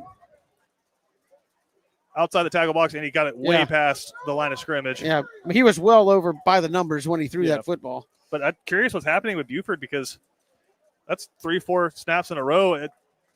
I'll give BC fans credit. About 50% of them stuck around, but I don't think it's noise. Yeah, just not great snaps. And again, you can say the ball's wet, but it's not raining as hard as it was when they came out. It's going to be 4th down, so they did decline the penalty. I think Buford's going to punt it just to see, hey, can the BC offense, if we pin them deep, can they go 90 yards on us? That's a win for BC. Bubba Frazier hustling out. BC's got the wrong personnel on. I mean, BC made the same decision a couple times in the last game. He really only ended up picking up 15 yards. Got to hope if you're Buford, the punter executes. Yeah. This is a high hanging punt. Bubba going to fair catch it. Actually going to let it hit and roll. And they execute. They did. They'll touch it up about the 8. So BC going to be back deep in their territory here with 3:20 to go in the first quarter. And this is Cadets football presented by Cash and Carry. So we saw the Cadet offense come to life, but Christian, much like Buford, got their touchdown on the short field. BC got a fumble. Stephen Cannon found Bubba Frazier working on a short field from about the 30-yard line for the touchdown to tie this ball game up. So both teams have capitalized on the field position game. Let's see if one of these teams can put together a 50, 60-yard drive. Hopefully for BC, you're putting together a 92 92-yard drive.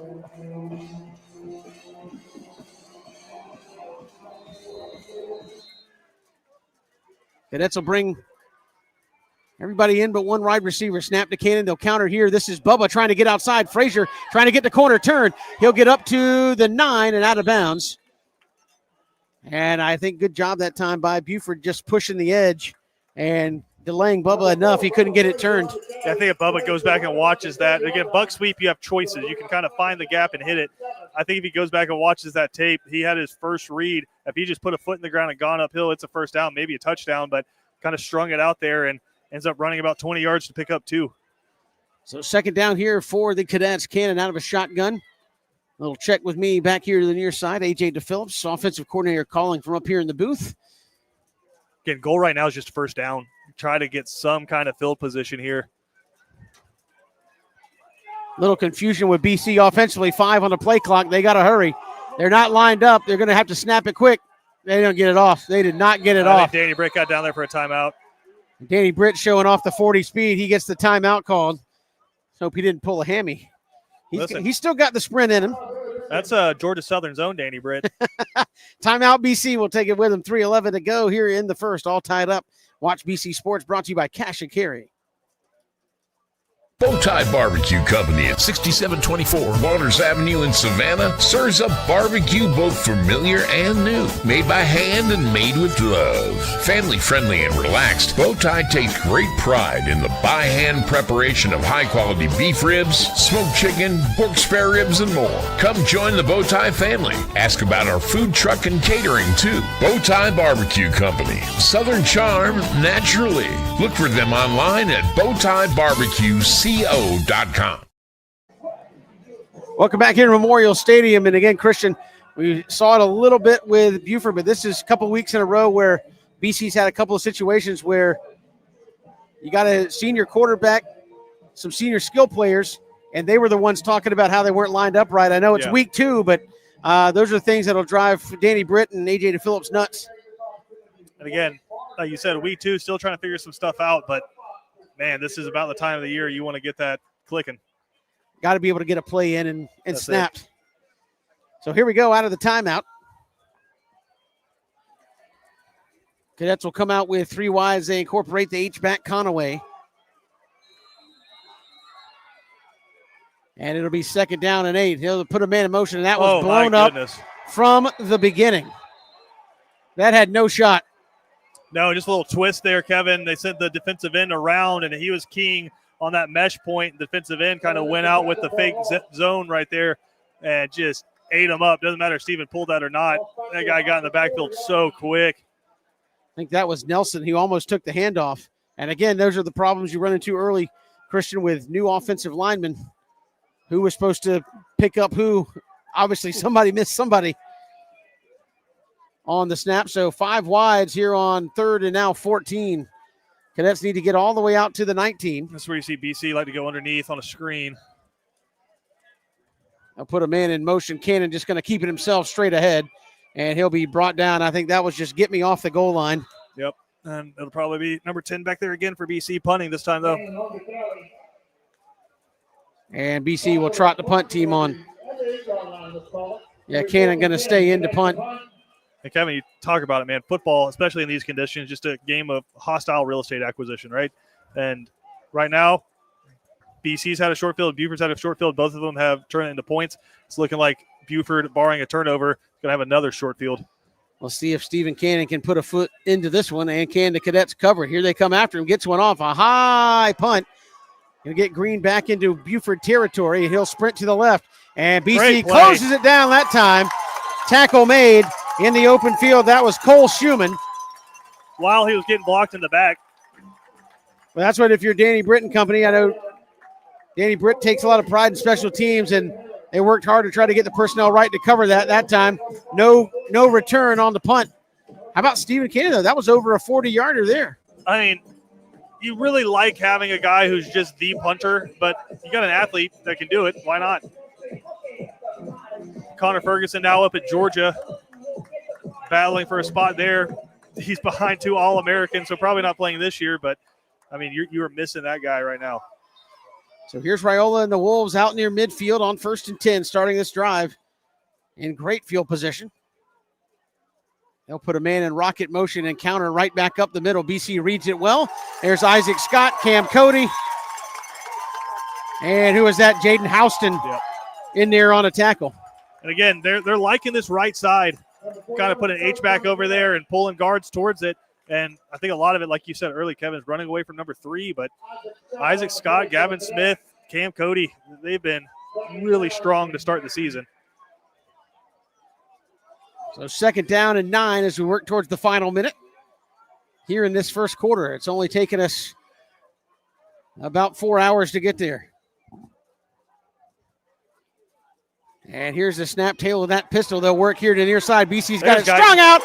And there was Guyton. Also, that was Black coming up, who has really played well in his first couple of games as a starter for BC. Christian, I know you really like him at corner there. He's just so athletic and so strong. And Danny Brick compared him to Justin Thomas, the BC cadet from about 4 years ago now. I can't believe it's been that long, but just an all-around athlete. Justin ended up playing at Arkansas, playing baseball, going to the College World Series, now in the Major League Baseball. So 20 is going to be a star.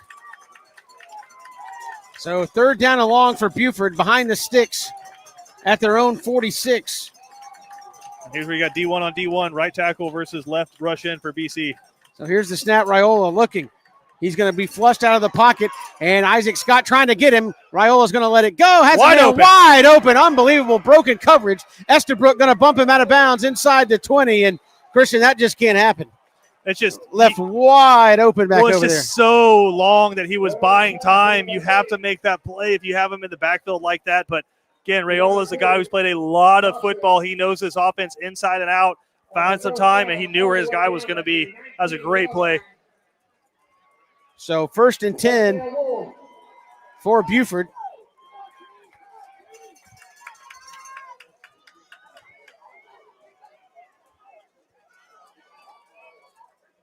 And they'll get one play here in the first out of a pistol from inside the BC 20.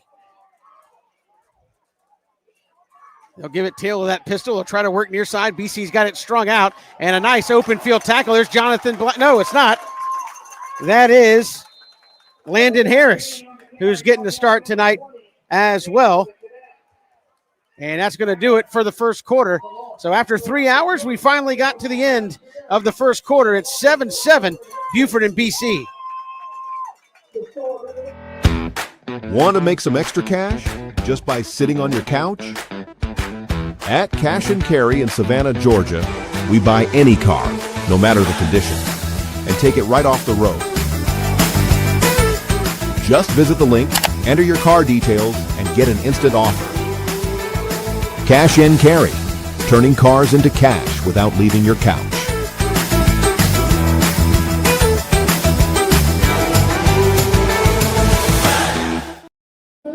We get ready for the second quarter. I don't know if we're trying to bring the mood down.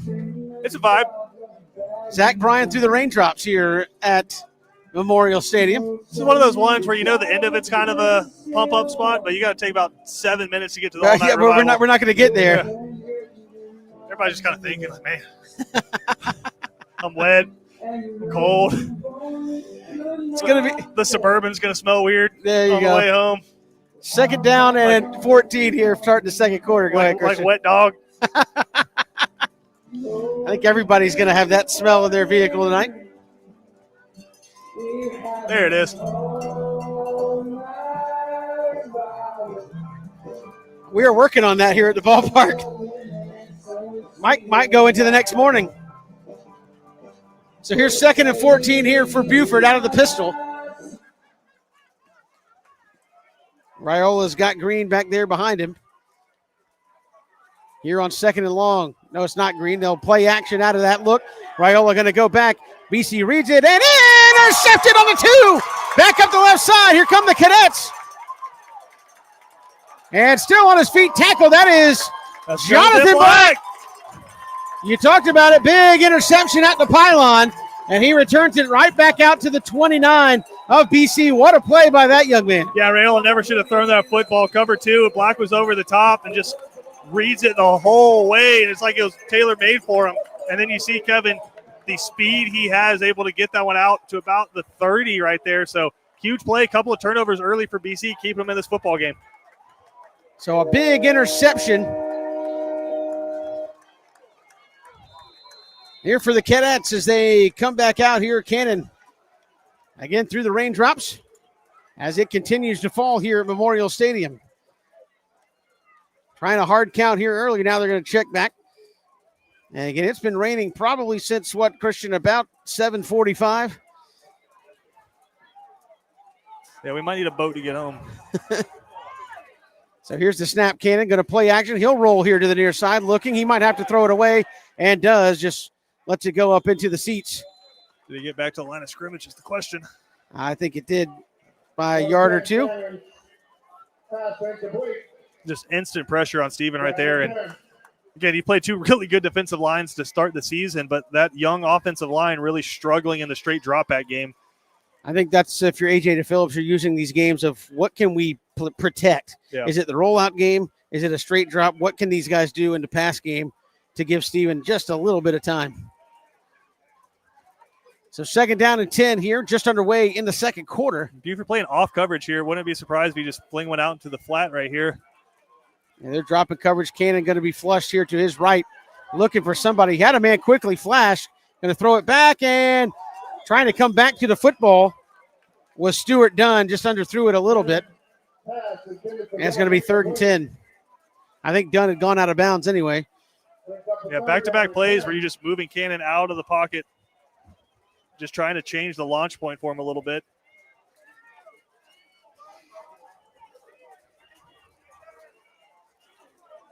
So 3rd down and 10. Let's see if Buford tries to dial up some pressure. They're getting to him with 3. I don't know if they need to dial it up because they're able to get home. But does BC maybe just go 3-man route, try to max protect a little bit, and give Bubba a chance to get open? 3rd and 10. Here's Cannon looking. Steps up in the pocket, going to let it what go. they do. Bubba Frazier up the seam. Oh, almost came up with it. Oh, my goodness. And they were just hand fighting for it in a collision right before the ball got there. And it's going to be 4th down. That's a good coverage, but you like that shot. You call it 50-50, but with Bubba out there, it's 70-30, something like that. So I like the strategy there, Kevin. You only sent 3 guys out in the route. You kept a couple guys in the block and gave Steven some time. But either way, I know you go 3 and out right there, but coming off of the turnover, a chance to flip the field here and send a defense that's been pretty strong back out on the field. So Cannon back to punt. He's gotten his foot into a couple of good ones the last few times. He'll take a good snap and get another good boot into it. And it's going to be caught at the 35 across the 40. BC trying to bring him down, still on his feet, breaks out of a tackle, does Green, and now going to be brought down at the 40, so a net 10, and that's, Christian, what you're talking about. If you can't cover it, you might have been better off just going for it on 4th down.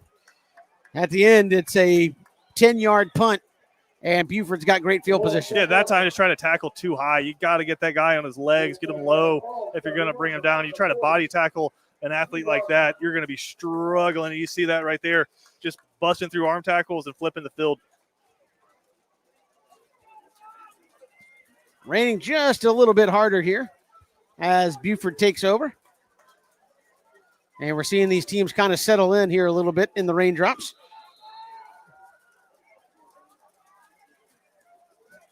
Raiola going to reset the offense here. Cadets will put Estabrook down in the box from his safety spot. Here's the snap, Raiola. He'll give inside. This is McCoy. He breaks through. Going to get about 5 yards. They're going to trip him up, mark him down at the 38. Looks like an offensive lineman lost his helmet there. But, again, that's too much, Kevin. Your defensive line did exactly what they were supposed to do. They ate up the blocks and allowed some alleys for the linebackers to run in, but the running back just ran through them. You got to step up and make that tackle.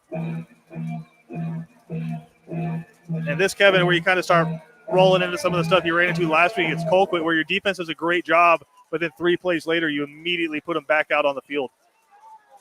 Buford's going to go bunch here to the left. Let's see if they run into that strength. They'll run away from it with McCoy. BC had it bottled up and lost the tackles, and tackles made by Cam Cody, your defensive tackle, and Gavin Smith, but it's 8 yards down the field. Initially hit up there near the line of scrimmage, Christian. Couldn't bring him down. Yeah, tackling not great right now for BC. You're getting to where you need to be, but you got to finish the play. And that's stuff you see early in the season, but eventually you got to start turning that corner. Say Buford hasn't missed a tackle. So clock rolls, fresh set of downs here for the Wolves. They'll shift the power over to the left side. Cadets with the one high safety. It's Estabrook. Here's the snap. They'll give to Green straight ahead that time. Wrap up. Still trying to bring him down, and he's going to keep moving to Stack, and Cadets finally get him stopped. Maybe 1.5 yards, 2 yards for Green that time. Everything's high.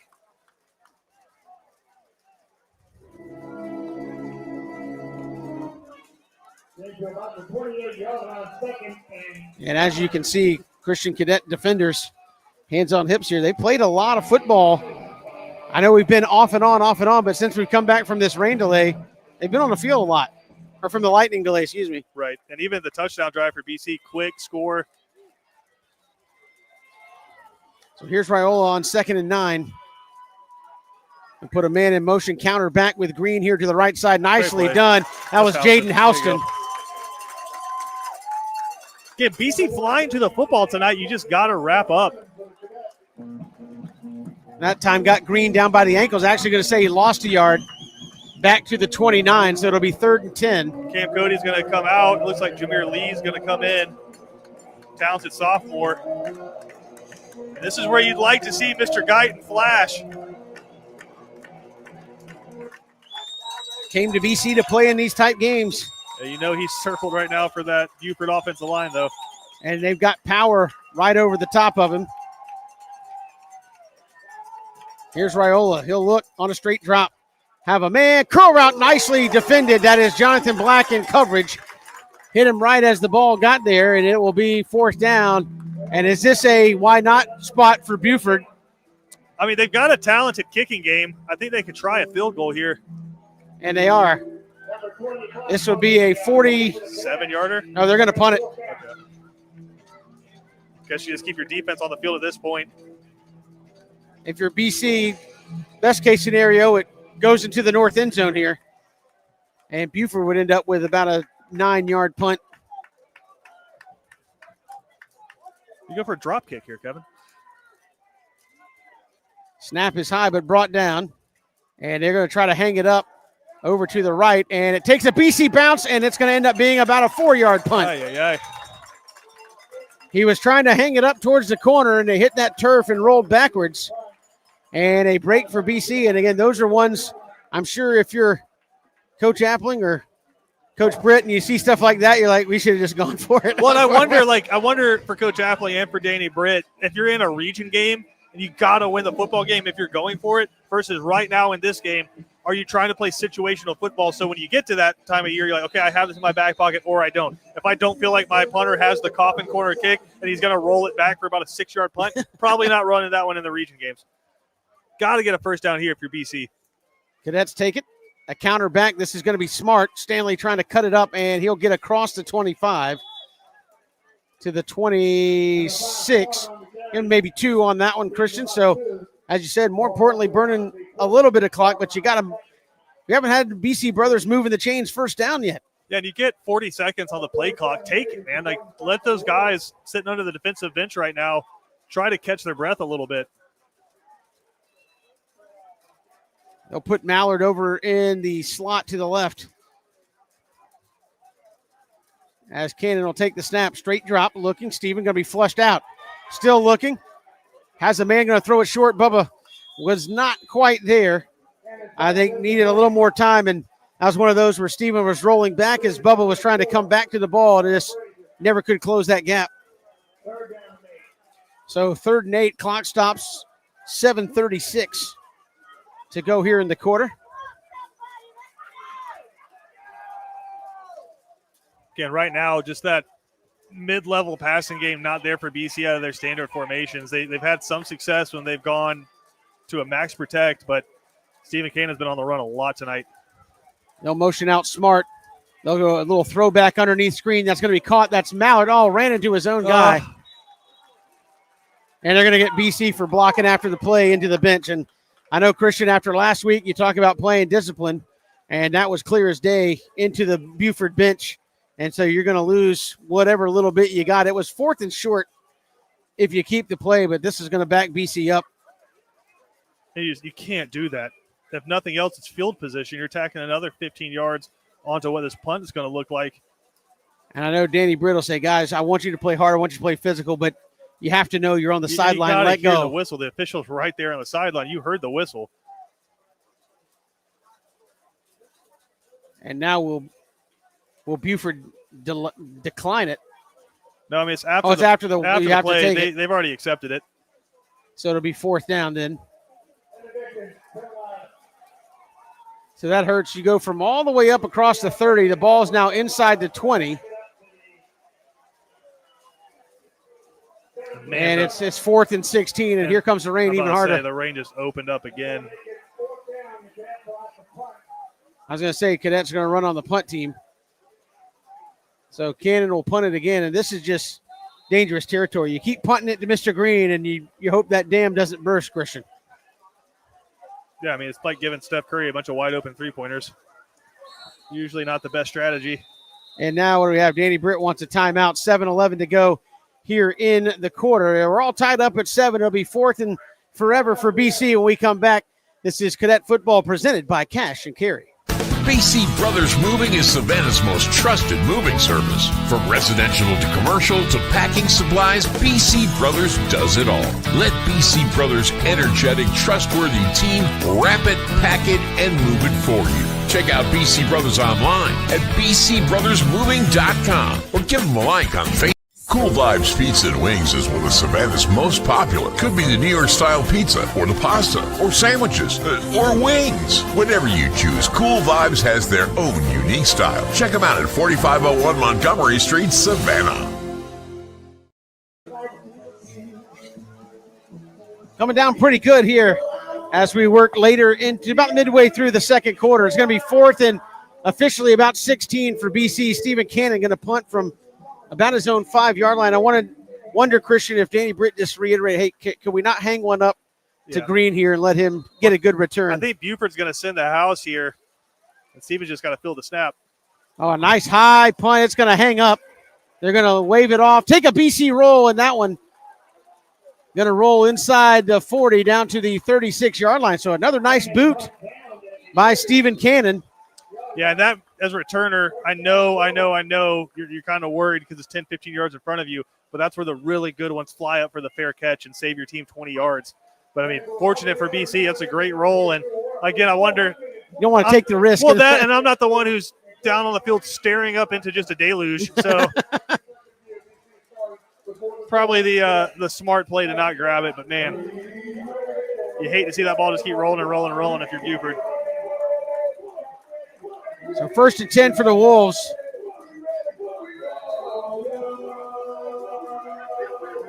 Again, you got Amari Burst in there at one of the corner spots, backup quarterback for BC. He plays here on the boundary side at the bottom of your screen for the Cadets. Now here's Raiola on 1st down. They'll give it straight ahead and right through the hole, and that's going to be trouble. Here it comes up the left side. BC wanted to hold in the secondary on Burst. Burst will trip him up. McNeil inside the 30, and that was a big run. He just found the hole, as you were talking about with Bubba, foot in the ground and go. When he did, Christian, it was wide open. Yeah, offensive line did a great job, but they did miss a hold on the linebacker right there, just getting held. I think it was Houston trying to come from his inside linebacker spot and fill that hole. So they missed the hold, but you can't rely on that. Defensive line got whooped on that one. So a big gain, 1st and 10 for Buford. Immediately flipped the field, too. Cadets trying to get lined up here defensively as Buford will flip the power of the formation here to the near side. Raiola on the little counter give to Green, and that time Cam Cody said, "Not today, sir." And they'll push him back. Jaden Houston in there flowing to the football. They'll give him the line of scrimmage, and they'll make it 2nd and 10. Yeah, we talk about the buck sweep kind of being what BC football is built on. This offense loves the counter, trying to come back the other way, but Cam Cody doing a great job staying at home, not rushing up into the backfield and getting out of position, just kind of eating this guy up, staying at the line, and just kind of absorbing the running back. So 2nd down and 10. Decent crowd has stayed through an absolute deluge for the last couple of hours here to try to watch this one tonight. Here's the snap. Going to be an inside give, and Green breaks out of a tackle. High tackle again. Estabrook going to miss, and finally tripped up. Who was that saved the touchdown? Black. Jonathan Black. But it's going to be a 1st down as Green hops inside the 15. Yeah, just bouncing off a Cadet inside linebackers. I think that was Larson Little that time. Had him clear his day in the hole and just bounced off of him. You've got to wrap up. Tackling has been shoddy so far for the Cadets in the first half. So Buford putting together a drive here about midway through the second quarter. And you talk about, hey, well, he's a Georgia running back, Georgia commit. Well, all they're going to do is substitute him from NC State commit. So you got to wrap up and meet him. McCoy's in the tail of that offset eye. They're going to give it to him. BC closes the edge. And that time, I think LaDamian Guyton got him and brought him down. Gain of about 2, maybe 2 on the play. It'll be 2nd down and 8. And that time, Christian, he held his position on the edge. Yeah, good play by Guyton, just holding his edge right there. This defense been on the field a lot in the first half, Kevin. Some kind of stand here would be huge. 2nd down and 8 here for Buford. They've gone to the power offensive set here with the offset eye. They'll give it Taylor that eye. Counter back here to the near side. They got BC outflank. Going to have to make a tackle at the edge. There's Burse. Going to knock him down at the 5. They'll give him the dive ahead to the 3. That's going to be very close to a 1st down. And Amari's got his hands full trying to shake off a block out there on the edge. It's going to be 3rd and short, I was going to say. Mark him back at the 4. So 3rd down and 1. Cadets need a stop here. And you never want to cheat, but you just got to feel like when they line up in that power eye like that and they have the whole wide side of the field, there's going to be some kind of stretch action coming that way, especially when they motion in that guy. And BC's defenders just kind of taking a false step, got caught up in the wash right there. Just really good execution so far from this Buford offensive line. Now they go major power, offset power to the right side. Here's the snap. They'll give it Taylor that eye. Here's McCoy tackled, and he shakes it off. Did he get in? Yes, he did. The far side official calls the touchdown. And that time again, just bouncing off tackles, Christian. And not able to have the first contact be the last contact. Right, Kevin. And again, that time you see Buford line up in a power I formation and BC missing guys, but it's just you substitute in the power back. He's fresh. He's got fresh legs. Makes a big play right there. BC offense needs some kind of answer here.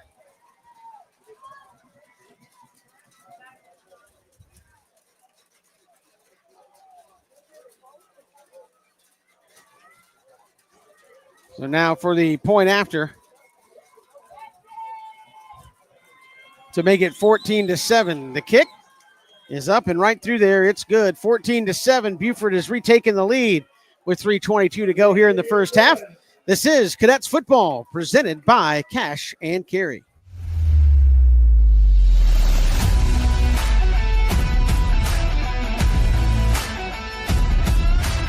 I'm Kenny Granger from Cash and Carry. We're a family-owned business right here in Savannah. We have sections of vehicles that really make it all simple. You'll get a printout of where the vehicle's at, the color of the vehicle. We really want them to be able to come in the yard and find out right where they need to be. The average savings would be at least 70, 80, could be even 90% compared to original manufactured parts. So you can come to a place like Cash and Carry and find the parts that you need at an extremely reasonable price. We'd love for you to come check us out.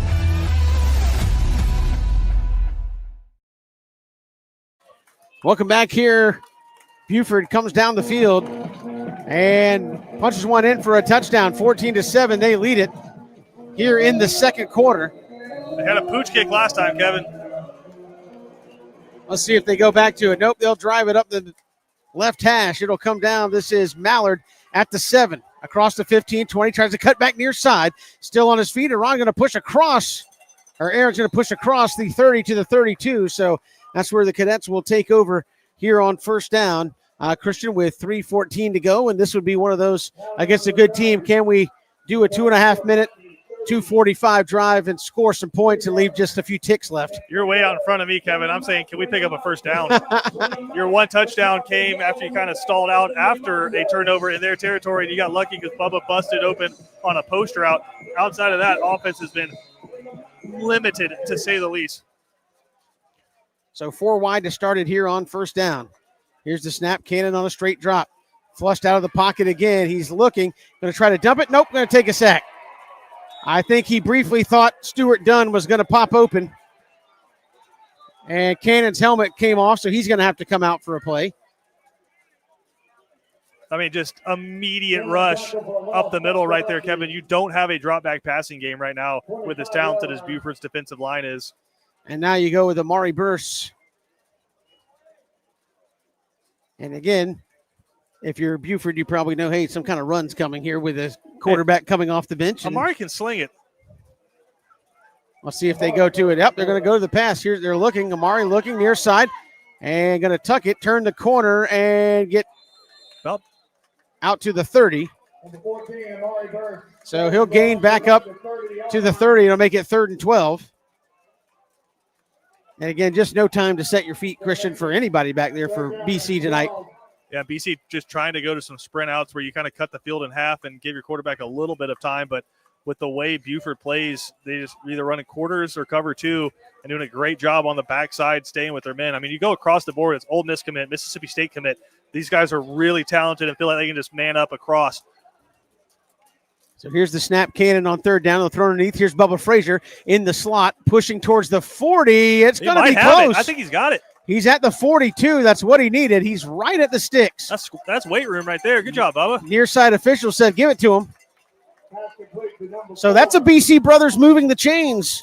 1st down, BC Brothers moving, helping us pick up those 1st downs and keep the chains moving, and Christian. The defenders for BC just take a collective sigh of relief, like, oh, man. And if you're BC, you maybe just run this down to a minute and a half right here and try to limit how much time Buford has coming the other way and just give that defense some rest.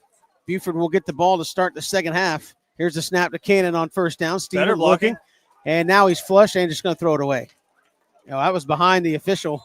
He was outside the pocket. I mean, better. He had time. And I think, again, it's if you get hit in the face a bunch, the next time somebody kind of fakes a jab at you, you're going to flinch. I think Steven just immediately thinking he has to scramble when he takes that snap right now, even when he had a pretty good pocket right there. 2nd down and 10 here for the Cadets. Steven looking here to the near side. Had a man underneath and see him throws it back underneath. Bubba's going to counter back. Lost a football. It's loose. Still out. And did BC get it? It's still loose.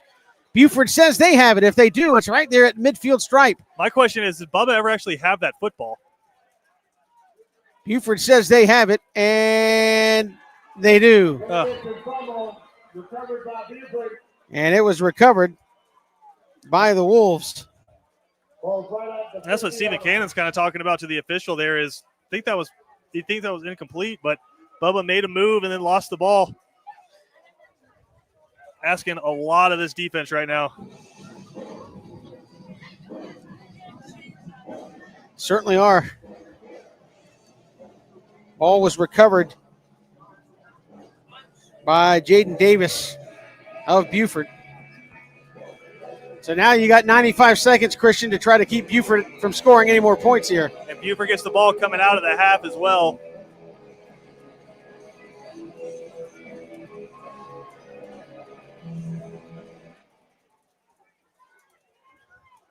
So here's Raiola out of a shotgun with 95 seconds. He'll play action, trying to throw back underneath. BC reads the ball, is popped out, and it's going to fall incomplete. That was Larson Little and LaDamian Guyton sniffing out that screen pass. Good job staying at home by those guys. Anytime you kind of feel like the waters have parted and you got a free access to the quarterback, alarm bell's got to be going off in your head, and those guys did a good job of hitting the brakes. Buford still got all 3 of their timeouts. Here with just under 90 seconds to go.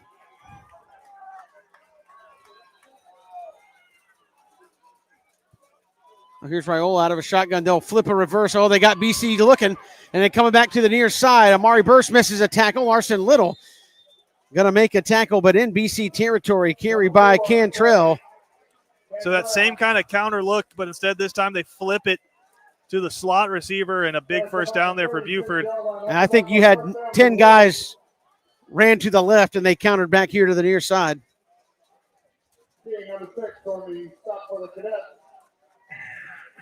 So everybody in maroon got caught looking the wrong way.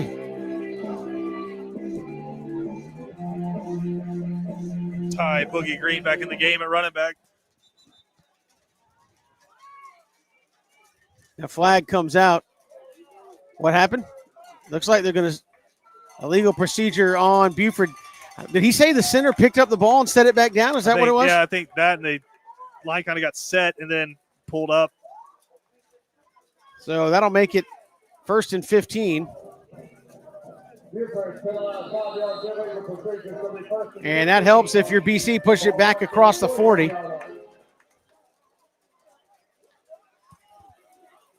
Four-man front here for the Cadets on first and long. Here's the snap to Raiola. He's looking. Raiola going to throw it back underneath. Caught. Houston in coverage. Misses the tackle. And now brought down inside the 25 at the 22-yard line. Caught by, that's going to be Costin. 36. And so first and 15, you give up a first down, just a crossing route underneath, counter to the action there. Yeah, at that time, really the first time all game, Raiola's had time to sit back and just scan the field, crossing route coming underneath from another really talented athlete for Buford. And again, once they get their ball on their hands on the ball, got it on the fourth try, they're extremely dangerous in the open field. And another missed tackle for BC.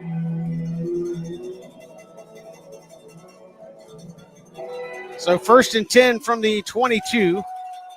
Raiola's got McCoy off to his right. He'll drop, look, step up in the pocket. Now going to take it himself. And Houston really taken along for the ride down towards the 10. And timeout called for by Buford. That's going to be a first down. They can get another one. It's just outside the 10 here, Christian. So 26.9. If you're BC right now, you're hoping field goal or a turnover in the wet conditions. We have seen kind of slippery ball from both teams at times. Yeah, right now you're just defending the goal line, Kevin. You don't necessarily care if they get another first down with this much time left.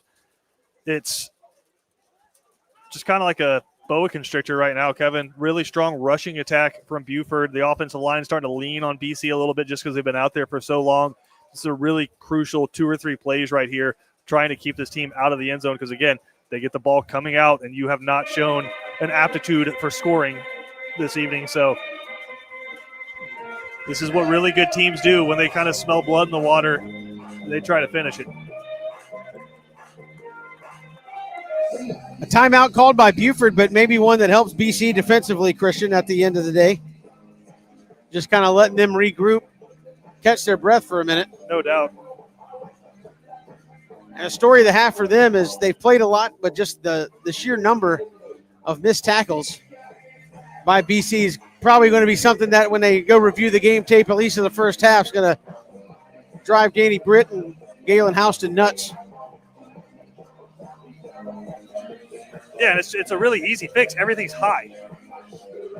So here's first and 10 from the BC 12, actually, where they have it spotted. Raiola out of a shotgun. He'll motion to back out. All kinds of time over the middle, throws it low. And incomplete. Houston in the coverage there. Yeah, a little Texas route out of the backfield right there, trying to get a man one-on-one with the linebacker, but Houston did a good job of keeping his leverage. That pass was going to have to go over him if they were going to score a touchdown.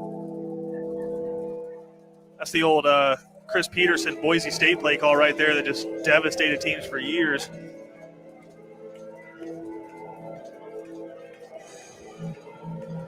Interesting from Buford here. They still have 2 timeouts, but going empty. Going to try to make BC defend the field here.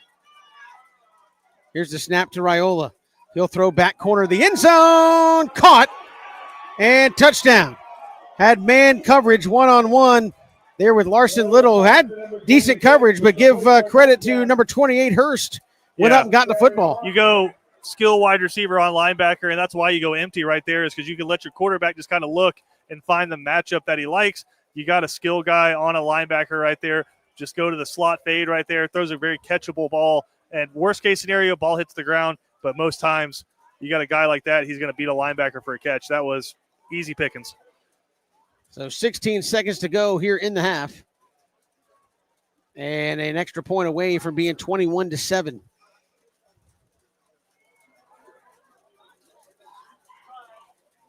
The point after is up, and it is good. 21-7. Buford out in front now. Depending on where you get this, Christian, it's probably a knee and go to the locker room, and that puts the onus again coming out of the locker room on that Cadet defense not to give anything else up and give yourself a chance. No doubt, and it's been big plays that have kind of been the story for Buford's offense. BC's been able to get off the field a few times, but just some busted runs and some missed tackles have kind of continued some drives. And again, with a team this talented, you can't give them a second chance, much less a third or a fourth chance. And credit Buford, they've come out and executed here in the first half, both offensively and defensively.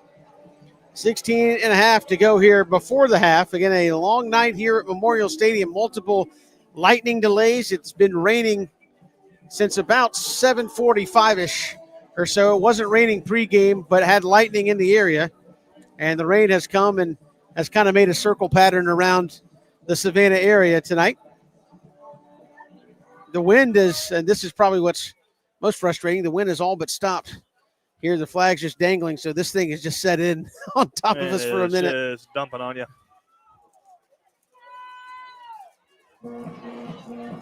Well, let's see what Buford elects to do. Do they pooch one up here with 16 and a half, or they try to make BC make a play happen here? They're going to hang one up short, and a fair catch called for at the 37. So fair catch called by Conaway. So, again, you got the arm strength to make a deep throw here, but do you have the time to do it? You've got the arm strength and the guys to take a couple of shots here, but is it risk versus reward, Kevin? I feel like a whole lot more bad can happen than good. Let's see what formation the Cadets come out in. Are they going to take a knee here? They're going to put Cannon out in the shotgun, so. I mean, again, you try to get Mallard or Frazier. Oh, nope, they're going to knee it. There you go. So Cannon will go under center. And here's the snap. Are you surprised they didn't take just one shot? No, because, again, I think more bad could happen than good with the way Buford's been playing. You don't want to get a fumble on a sack or a turnover through the air and a big return. So going to half, try to regroup here, and just going to need a big stop coming out. So that's the end of the first half. It's 21-7. Buford out in front. We go to the locker room. Buford will get the football coming out of the locker room, and we head to the Bernard Williams Insurance halftime report. This is Watch BC Sports, and we are presented by Cash and Carry. When it comes to blocking all the obstacles that life throws your way, let Bernard Williams and Auto Owners Insurance help you dodge the hits, analyze the playing field, and run the ball all the way home. We shield you so you can have peace of mind when it comes to auto, home, life, or business insurance. As one of the oldest and most respected independent insurance agencies in the Southeast, we know what it means to stand behind the people we protect head on. Trust in the power of the shield since 1934. For more information, go to thepoweroftheshield.com. Plan your hunting getaway and escape to experience the beauty of Mossy Pond. Our diverse property right here in Pierce County allows you to enjoy various types of hunts, including plantation-style quail, hog, pheasant, and flooded timber-style duck hunts, all within 24 hours. At the center of it all, experience scenic, rustic, beautiful, and inviting amenities like luxury lodging, our first-class pro shop, fine dining, and the perfect event space. Book now and see why Mossy Pond Lodge is Georgia's premier hunting paradise.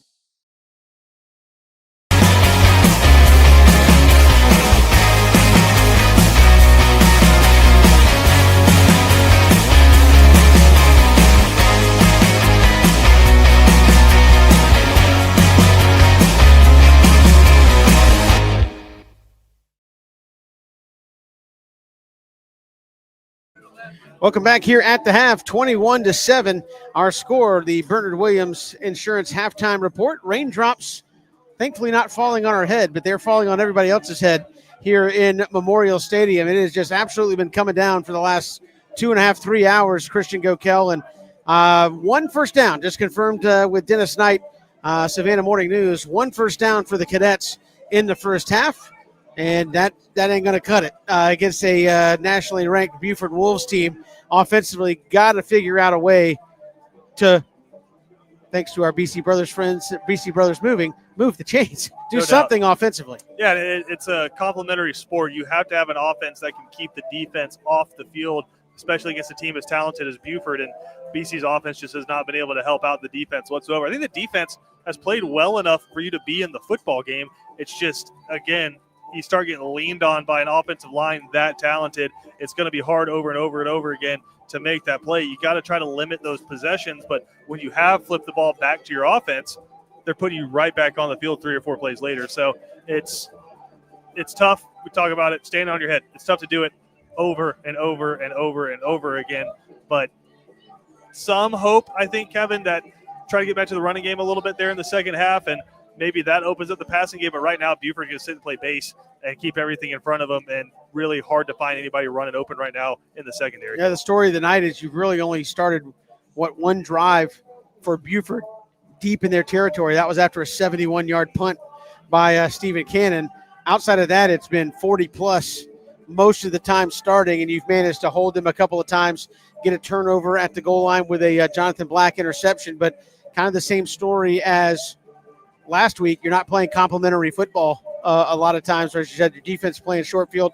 7 of the 21 tonight came on a 15-yard drive where Buford got it, and they didn't have to go very far. So it's like, if you want to look at it from that perspective, could be a touchdown game if you keep yourself out of a tough spot. But again, not playing complementary football tonight in that sense. And again, I don't think the defense is playing poor, but I think as you can see towards the end of that second quarter, the tackling went away the longer they stayed out there, and it just a lot of yards after contact for the Wolves there. Yeah, that's a great point. You talk about the first quarter, they go down. It's just kind of a shock and awe thing. After a really big punt return, they score. But after that, defense kind of settled in a little bit, Kevin, and we're making some plays, wrapping up, making tackles in the backfield. Even on special teams, when you had to punt, you were able to make plays and stop them eventually as you kind of started figuring out Stephen Cannon and what his hang time is going to be. But then as it progressed and you kept having to do it over and over and over again, some of those tackles you were making, you're standing up a little bit taller, you're tired, your form isn't as good, and you're getting run through. And that's happened on the punts. That's happened to your inside linebackers. That's happened to your outside linebackers. So I'd say if there's a positive, it's the secondary's tackling. They're getting out there. Wyatt Esterbrook saved a touchdown. Jonathan Black's been a stud on the outside. Amari Bursa saved a couple of touchdowns on the edges. So there's one group kind of wrapping up. I'd say it's the secondary. Everybody else struggling to tackle right now. Yeah, for Buford, 8 carries, 75 yards for McCoy for Buford. So he has been the quote-unquote workhorse for them out of the running back spot, according to Dennis Knight. Say Tyreek Green. I think it was Green. I got the official stat man right here. All right. I'm not going to fight with you. So BC with -4 rush yards, so not good is what you're saying. 2 sacks count against that, but either way you stack that up, not good. So, you haven't seen, I think, 2 weeks in a row, the real number one I mean, Buford's got a couple, but Green tonight hasn't hurt you as bad as McCoy has in the first half. So hopefully that doesn't flip itself and all of a sudden number one gets loose for Buford. I'll say Green, if you accumulate all the punt yards in there to go along with the rushing yards and then also playing safety, I think he's hurt you plenty. And again, just huge talent all over the place. You're trying to block SEC defensive linemen. You're having to try to get open against SEC defensive backs. But, I mean, you got the Notre Dame receiver. You've got a Texas Tech quarterback. Everybody wants to talk about recruiting. You got a Texas Tech. Everybody in the world wants them. Defensive lineman. You got a Clemson defensive lineman. I mean, eventually that kind of washes out a little bit. It's like Danny Britt said this week. You can only play 11 at a time, and you've got some studs out there to go along with it. Your studs just have to execute. And right now, Kevin, I think it's a really young offensive line getting beat up a little bit. But, again, you're a 15, 16-year-old and like, hey, brother, by the way, this guy's going to be playing in the SEC next year, but you got to go out there and stop him. Yeah. This is big-time Georgia high school football. That's why you come to BC. You got to step up and make a play if you're those guys. And this has not been as disrespect to Burke County, but you will not see the same caliber. There's not a 1 team through 5 across the front that you've seen the first 2 weeks. You're not going to see it anywhere else in the state. I mean, that's how good Buford is. And so every now and then you'll run into a team you're like, that guy's going to, but it's not that guy, that guy, that guy, that guy, and that guy are going to. So it's just no excuses. You're playing a really, really good football team, and you're going to have to come up with something. And I thought when they simplified things a little bit, kept a tight end in and kept the running back in and just sent 3 guys out on the route, you had a little bit more time. But if you're Stephen Cannon and they got to be showing this, then it's the cool benefit of having the technology they have now. Get them on the iPad and show them, dude, you have time when we do this. Stay in the pocket. I'd rather Stephen eat the sack inside the pocket than immediately bail and get pulled down 7 yards outside the line. So just sit in the pocket, try to deliver some strikes. You're a 4 or 5-star quarterback for a reason. You could throw the football. Bubba Frazier's going to come open eventually, but you got to have time to let him get open. And Bubba did have the 1 touchdown for BC, a nice inside move right over the middle for the touchdown. 21-7 our score. We are at the half. The Bernard Williams Insurance halftime report rolls on. This is Watch BC Sports. When it comes to blocking all the obstacles that life throws your way, let Bernard Williams and Auto Owners Insurance help you dodge the hits, analyze the playing field, and run the ball all the way home. We shield you so you can have peace of mind when it comes to auto, home, life, or business insurance. As one of the oldest and most respected independent insurance agencies in the Southeast, we know what it means to stand behind the people we protect head on. Trust in the power of the shield since 1934. For more information, go to thepoweroftheshield.com. Criminal defense, family law, child custody, DUI, and divorce. When so much is on the line, you need expert legal representation. The one to call is Savannah's own Jonathan V. Dunn, PC, attorney at law. Voted the Thomson Reuters super lawyer consecutively since 2023 and an Avo top attorney rating of 9.7. You can count on Jonathan V. Dunn to leave no stone unturned to deliver the justice you seek. Contact 912-200-9352 or online at jvdattorney.com. We are at the half, 21-7.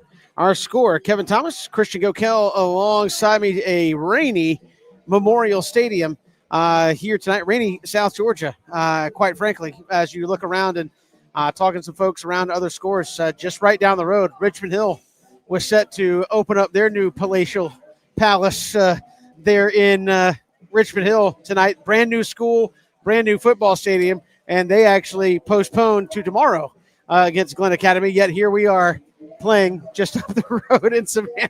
I got to get some pocketbooks like Buford's got, because I believe the entire school and the stadium that Richmond Hill just put out was right around $70 million. The new stadium for Buford, $62 million. So, I mean, it's beautiful. Let me hold some. Yeah, exactly. So here we are at the half. And again, next week you have Burke County, then you get a couple of weeks off. And again, here's the interesting part.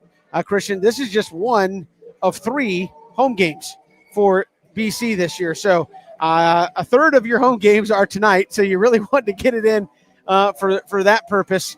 But you wanted to play, obviously, Buford tonight, and I think you're seeing why.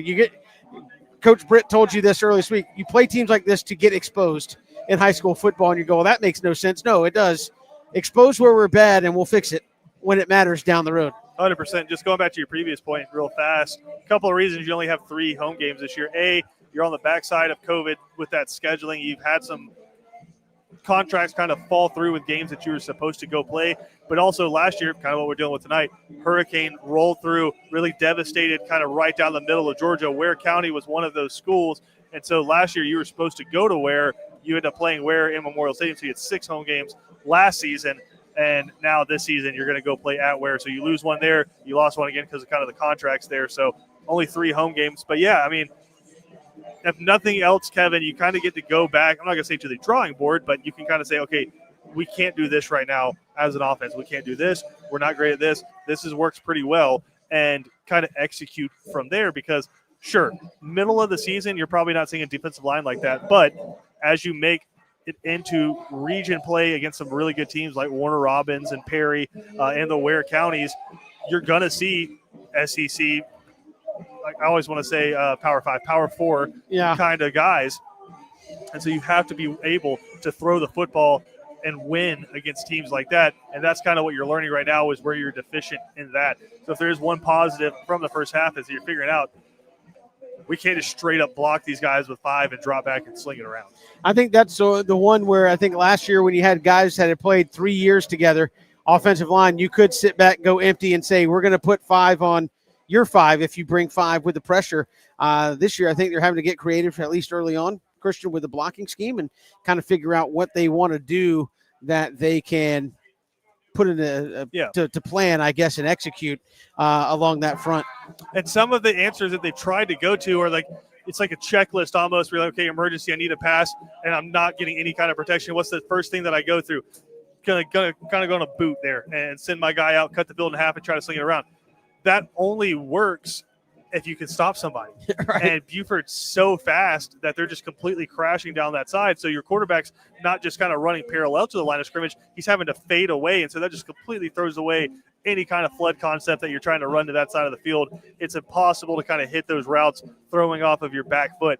But the other thing that Buford's done really well is when you go to these concepts, a lot of times you're struggling to protect because they're sending blitzes, and you're struggling to man up with 6-7 guys at a time. Buford's sending 4, and if you noticed, late in the second quarter, they were sending 3 and still getting home. So Stephen Cannon's booting out, and he's seeing 8 guys drop into coverage while he's under pressure. There's not a whole lot to throw the football to, especially if you're only sending 4 guys out on a route. So you're kind of getting farther and farther down, saying, okay, where can I find the passing game? I was surprised. It took almost 2 quarters to see a little bit of a play action into a screen to Aaron Mallard. I know you don't end up picking the first down up, but still 8-9 yards on that one. And if nothing else, it keeps the defense honest. But right now, Buford can just kind of take a couple steps back, eyes in the backfield, and they feel very comfortable about keeping everything in front of them. I was going to say, Christian, what do you feel is the bread and butter here? Because there's a couple of base plays. Like Brother, I don't know if you have any bread or butter right now. You're a butterless roll right now. It might be like a dry biscuit. That's no good. Look, but I'm surprised Buford kind of playing back a little bit in coverage. As you said, just saying that we haven't seen more of the quick kind of bubble screen pass game where you're just like, hey, we're just going to snap, throw it to Bubba or Aaron, and, hey, do what you do in the open field. Yeah, and a lot of that goes off of a strong running game where you have guys' eyes in the backfield and you can kind of run a guy underneath real fast and hit him on that bubble screen. But right now, the DBs for Buford are just locked in on their man. And if the guys kind of come at him and try to block him, cool, I know it's a run play, but I trust my 4 guys on the defensive line to kind of eat up any kind of run right now. I'm locking in, so that makes it really difficult to kind of throw those little bubble screens that I know Georgia fans love to scream about Mike Bobo calling, but BC, like you kind of talk about bread and butter, BC loves to throw those 3 or 4 times, and then eventually when you get sick of them doing it to you, the 2 guys who have been blocking all of a sudden fake a block and streak down the field, and they've got 3 guys running wide open. So it's art, really. Calling plays is an art, and you kind of run something 3 or 4 times to set up a shot. And Buford, you kind of saw that where they ran the counter. BC started eating it up, and then you run that same kind of look, and then you flip it on a reverse, and you got BC completely flowing the wrong way. So you got to get something working to build off of it. It is just kind of filing and finding what is the thing that can work right now. And running between the tackles hasn't really worked. Running off tackle hasn't really worked. Straight drop back hasn't really worked. I think if you're going to get back into this game, it's going to be on Stephen Cannon's legs. But do you want to risk that in a non-region game? We are at the half. The Bernard Williams Insurance halftime report rolls on. We are coming right back in just a moment, counting you down towards the second half here on Watch BC Sports. Bowtie Barbecue Company at 6724 Waters Avenue in Savannah serves up barbecue both familiar and new, made by hand and made with love. Family friendly and relaxed, Bowtie takes great pride in the by hand preparation of high quality beef ribs, smoked chicken, pork spare ribs, and more. Come join the Bowtie family. Ask about our food truck and catering too. Bowtie Barbecue Company, Southern charm naturally. Look for them online at bowtiebbq.com. Welcome to Sandnat Golf Carts, where luxury meets quality. We offer a wide selection of top-notch custom golf carts to suit your every need. With our extensive inventory, you're sure to find the ride of your dreams. Plus, our flexible financing options make it easier than ever to drive one off the lot today. Whether you're cruising the neighborhood or joyriding with the family, Sandnat Golf Carts is here to provide exceptional service every step of the way. Visit us today to elevate your ride. The honor, the heritage, the tradition of excellence. The home for Benedictine Cadets football is WatchBCSports.com. All the games, play-by-play, and in-depth analysis. Home of the Danny Britt Show. Be a part of the action as your Benedictine Cadets take the field in their quest for yet another championship. On the official home of the Cadets, WatchBCSports.com. And look for us on Facebook and Instagram at WatchBCSports.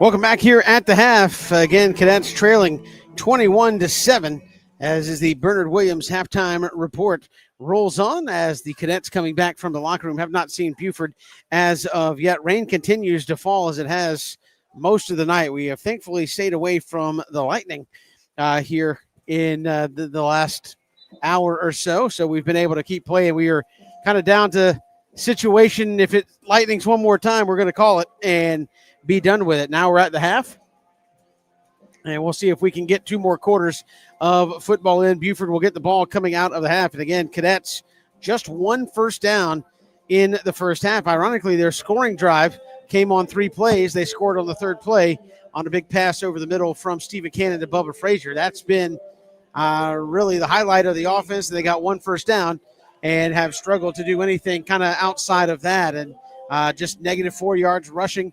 Passing game's been tough. Again, just haven't had time to do a whole lot there in the pass game. So that's where BC kind of stands. And you got to get off the field, give that defense a chance at the end of the day to get off the field and not play so much. That was a big key there in that first half was the Cadets defense. You could tell last drive or two by Buford, Cadets defense just not wrapping up, not making tackles, hitting high, not bringing guys to the ground. And how many times did we see McCoy and Green 7-8 yards after contact, they bounce off the first guy who just can't bring them down, and then all of a sudden it's a first down. So got to fix that if you're Galen Houston and Danny Britton. One way you can fix that is not have them play so much defense at the end of the day. So that's something they're certainly going to have to address. Special teams, I think, has been okay in this game. I will give them an okay. We'll call it a C.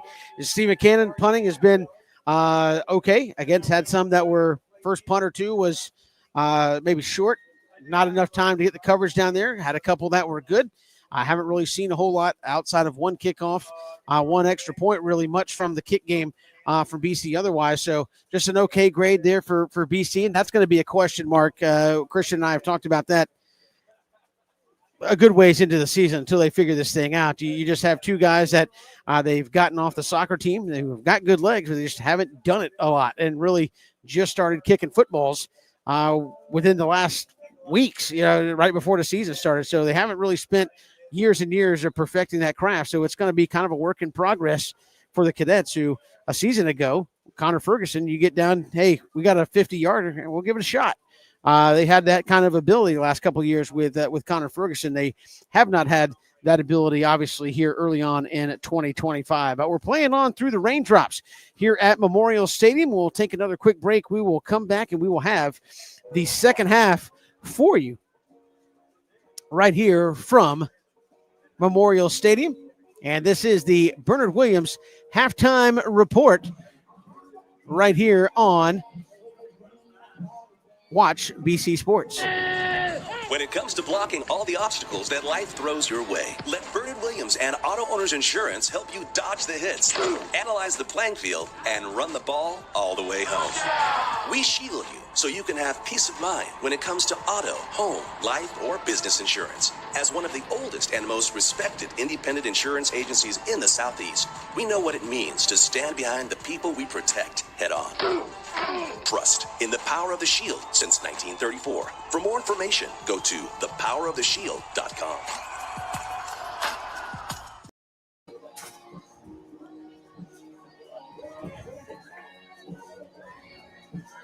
Welcome back here to Memorial Stadium. Bernard Williams Insurance halftime report. Just a couple of moments left before we start the second half. Christian Gokel and Buford going to get the football first, and very important if you could go 3 and out for that BC defense and try to give your offense a chance to do something and claw back in this football game. No doubt, Kevin, and it's going to start on this first drive right here. Buford, I think 2 goals right here, burn clock and score. If you feel like you get a 3-point lead, this one's probably already out of reach. So BC is going to need those guys, the Cam Codys, the LaDamian Guytons, Jonathan Black has stepped up to really make a big stop here and get the ball back to your offense and hope, against hope, they can get something going. Again, play through the raindrops, and I think if you're A.J. DePhillips, what can you dial up? And I think that's where you're at, Christian. It is run something they can do. It's not so much an indictment of the team. It's just, hey, we're playing a really good team. What can we block? What can we execute? And let's try to build from that. And he may be digging a while to try to find something he feels good about, but you got to find those couple of plays that you feel like, hey, if nothing else fails, we can execute this and make it happen. No doubt. And this is the time in the past that you've seen, like last year, the Jack Gannums kind of step up, Cam Edges in the past, where it's that Z, the kind of slot guy who just gets underneath the defense, and they're kind of blanketing over the top for the Bubba Fraziers and Josh Washington not playing tonight, but those guys. And then you have that third guy that's able to get there and make just kind of that devastating play over the middle. BC hasn't been able to find that tonight. Got to start up front with that, but just needs somebody to pop to get something going. Makai Williams tonight on the defense side, App State commit. So missing a couple of guys are the Cadets offensively and defensively. Yeah, I know JoJo Sutton as well. So got to figure out a way who's going to step up and be that extra playmaker. We talk about that all the time. Everybody knows Bubba Frazier's going to get his at the end. He already has a touchdown tonight. Who's going to be the guy to help you out and make that happen? Kevin, this might just be me being completely crazy. Did BC come out in gray uniforms and now they're in maroon uniforms? No, they've been worn the same. Okay, I might be crazy. The gray uniforms are gone. I think they got so soaked. The gray helmets are gone. Excuse me. The gray helmets are gone. They still have the gray uniforms. I think they got so soaked in the first half, it almost looked like they were in the gray uniforms, and maybe they've dried out a little bit. But I was like, yeah, would you be crazy? Would you even be allowed to do Listen, that? Kevin, I've been over here. Could you wear maroon in the first running the board? I'm over here just like a 5-tool yeah, player. You're analyzing game tape on the fly. I'm That's the 5-tool player over here. You're just the DH. You get to sit over there and have the fun. That's right. I sit back, come in. Hey, and hit homers. Need me to hit one in the gap? I got you. Got you. I'm over here legging out line drives and picking up the bat on the way back in. I get it. You're the superstar. You make the big bucks. Just drop it on the first baseline. Hey, come pick it up. That's for me. it. I got you. All right, here we go. Second half. Getting ready to get started. Buford going to get the football first. We saw Brenton kicking off for BC. I think he's going to get the duty here again to start the second half. And Christian mentioned it during the half. I think that's going to be something that it's going to be 5-6 games in before you even really feel good about anything special teams wise, I think. Yeah, you're going to need to prove it over and over again before you feel good about anything. So here is Brenton. And he will kick it off from left to right here to get us going. And give props, Christian, to these fans who have stuck it out. I mean, it has not slacked up one bit since we finally started playing. Not even a little bit, and there's no wind now either, so it's just humid, miserable South Georgia football. So here we go, final 2 quarters from Memorial Stadium, and Brenton's going to get that one in the end zone. So Cadets will take that all day long. And you got so accustomed to that, Christian, I think, last couple of years from Connor Ferguson, where it's like, all right, we're just going to kick it 8 yards deep in the end zone, and you could pretty much count on the fact that that was going to happen.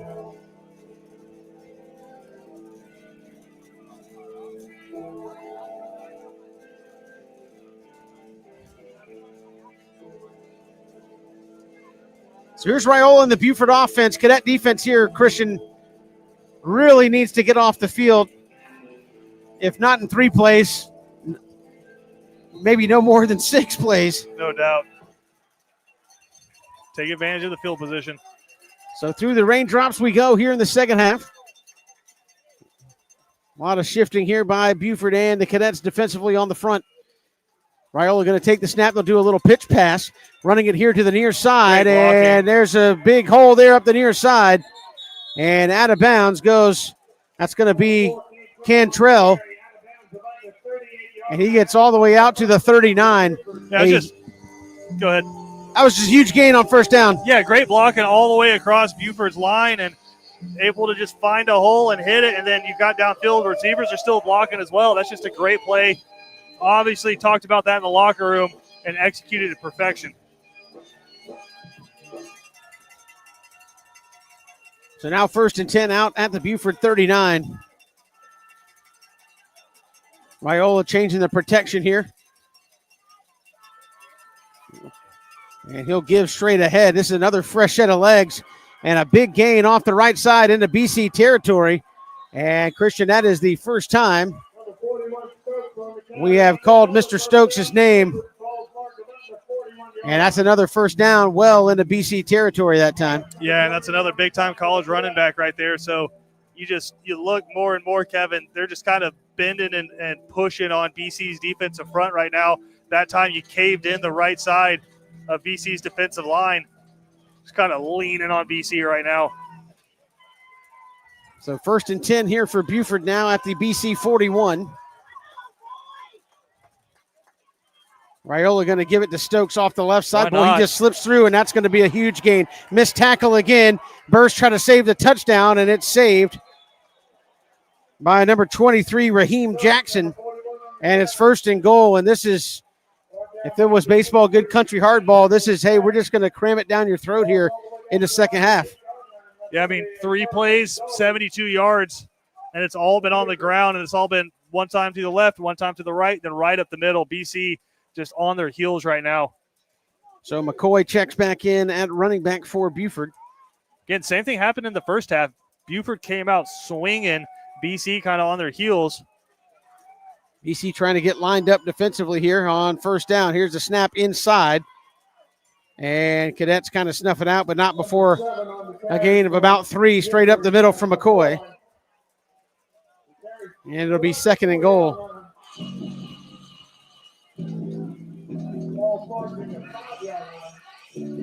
And BC is going to need some kind of negative play here. But the way Buford's executing, it's just straight downhill. And now they've got Tyreek Green in that running back. Boy, you just interchange big-time running backs like it's nothing. And Rayola just in complete command. He'll take the snap and give off the left side. Buford blocks it well. He goes in it's untouched. So good, man.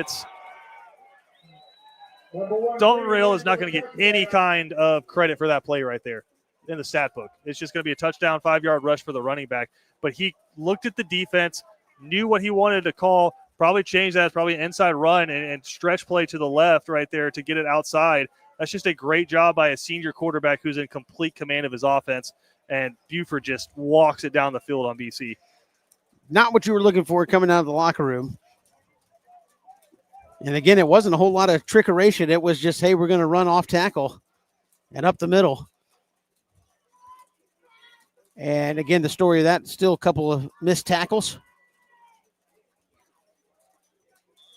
And that's up and good. 28-7 to score, 9:51 to go here before the end of the third quarter. We'll step aside. This is Cadet Football on Watch BC Sports. Dead or alive, we want your car.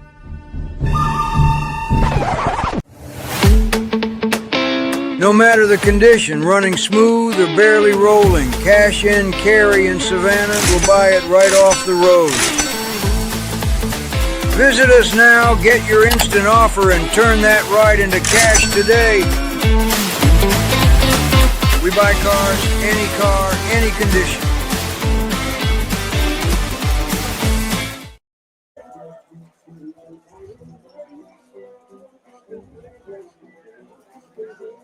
Welcome back here to Memorial Stadium. Buford takes the opening kickoff for the second half. Right down the field, Christian Gokel punches it in for a touchdown. So Cadets in a bad way here, down three scores. And they're going to need to make something happen. Here's the kick.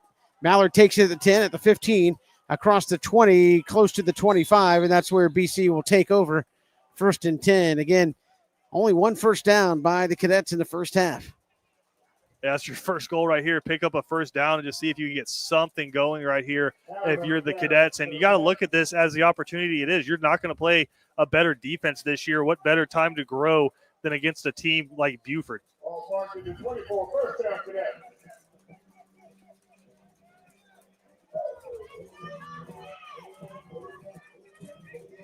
So 1st and 10, Stephen Cannon back out here for the second half. Cadets will go 4 wide. And again, at least on the base look, Christian, looks like Buford maybe comes with a 4, maybe sneak a linebacker, but they rush just 3. Everybody else sitting back, and that's can't have that. Mallard right there open, drops the football. Yeah, and that one you're just taking advantage of their drop coverage. You had it. That was a good ball by Cannon, but can't start running without the football. That's just kind of the story of the night when you have had a chance to make a play. Play not made. Now the Cadets bring everybody in tight. They'll try the counter. Here comes, this is going to be Dunn. Countering back inside. He'll get across the 25 to the 26. It'll bring up 3rd down, call it 7. And again, backed up 3rd and long and facing another 3 and out and potentially putting your defense back on the field. It's just not sustainable. Kind of reminiscent of the Ware County game from last year where you just couldn't stay on the field and your defense eventually just got beat down. So here's the snap. Cannon on a straight drop. All kinds of pressure. Going to have to flush the pocket and going to take a sack way back at the 10. Flag comes in, and Buford may have bailed BC out here and give them another play. Well, it was face mask. Personal foul, face mask against Buford. So that helps the Cadets out immensely. That was going to be a huge sack. And listen, I know Steven wants to make a play right there, but as a quarterback, you cannot bail that deep. It's too good and too fast of a defense. And, yeah, I get it. You're a fast quarterback too, but you got to stand in the pocket, and if you're going to make your escape, make it upfield. You can't keep bailing backwards like that. And that is a BC Brothers moving the chains. First down, Christian, the second. Take it how you can get it. Of the ball game. So here's the snap. Cannon going to play action, looking for something to develop, and now is flush. Just going to throw it away. Oh, that can't do that. And that's picked off. Coming back the other way, and that's going to be brought down. Who made the tackle? Bubba Frazier. And Cannon just kind of lobbed that one up, and that was Cannon Nelson just hanging out, waiting for the ball to come down, and that was just thrown to nobody. Again, it's too long right there, and I know you've been running for your life all night long, but you have to execute your job as a quarterback. It looked like he had a slot fade kind of coming open there. Take the shot. Just put it down. It's first down, and then you live to play another down. But that time trying to bail, make something happen again, and again, you just can't come back across your body over the middle of the field. So 1st and 10 for Buford. You want to guess what the play call is? Because I'm assuming it's going to go. And they're going to give it to number 41, Stokes. To a running back. And this is the mark of a great team, Christian. Everybody in the stadium knows number 41 is going to get the football. Can you stop it?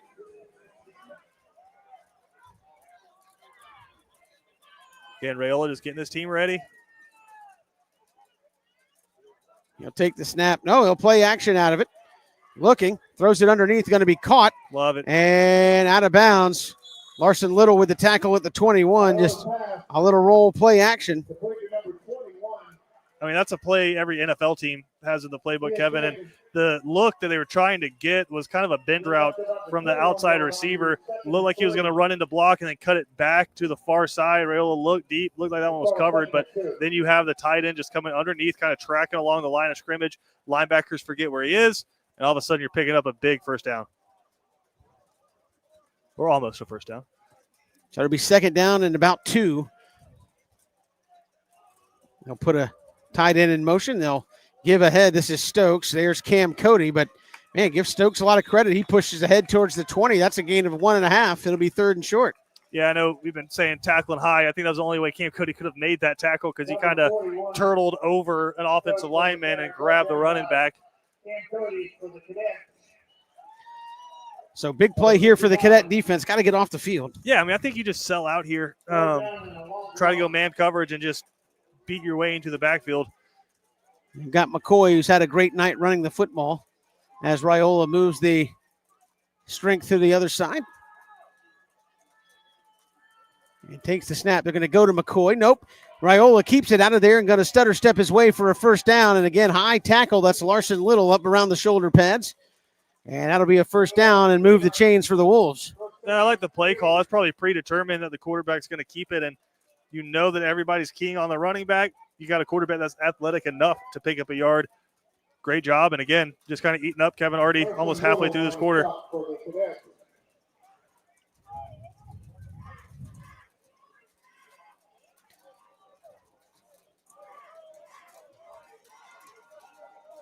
Raiola lines him back up. Looking over that Cadet defense. He'll take the snap. Here's the give straight ahead. And that's yet another running back. Looks like Gavin Smith made the initial stop. And that's going to be Knuckles, Silas Knuckles in there. At this point, just trying to keep guys fresh. You got a few running backs that play both ways here. So it'll be 2nd down and about 6.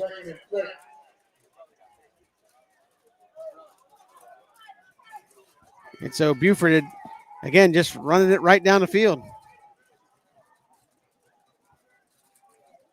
And here's the snap. They'll give it to Stokes. Stokes trying to bounce through. Cadets trying to wrap up and finally get him inside the 10 at the 9. It'll be third down and short. Call it about 3.5. And again, you got about 18 minutes to play here if you're the Cadets. If Buford puts any more points on the board, it's feeling like this one might be gone. But at the same time, you're fighting for situational football. Can you get off the field on a big third down right here if you're BC's defense? Last time in the situation, they kind of spread everybody out and got a matchup that they like. This time staying in tight. So third down and 4, we'll call it. Raiola in the shotgun. They'll give it straight ahead, and there's going to be another touchdown. Green this time. Runs it in, barely touched for a touchdown off the left side, and they are just outworking BC every which way but loose here. And it's just domination in every facet of the game. Both lines of scrimmage, on the ground, in the air. Special teams has been dominant for Buford as well. I mean, Kevin, it's hard to find a win right now if you're BC. Yeah, offensively, there's 5:47 to go in the quarter. You've had the ball for 4 plays.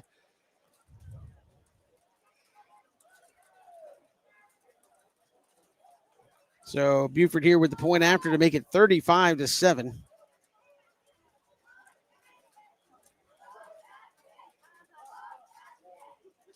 And the snap is good. Kick up and right through there. 35-7 here in the third.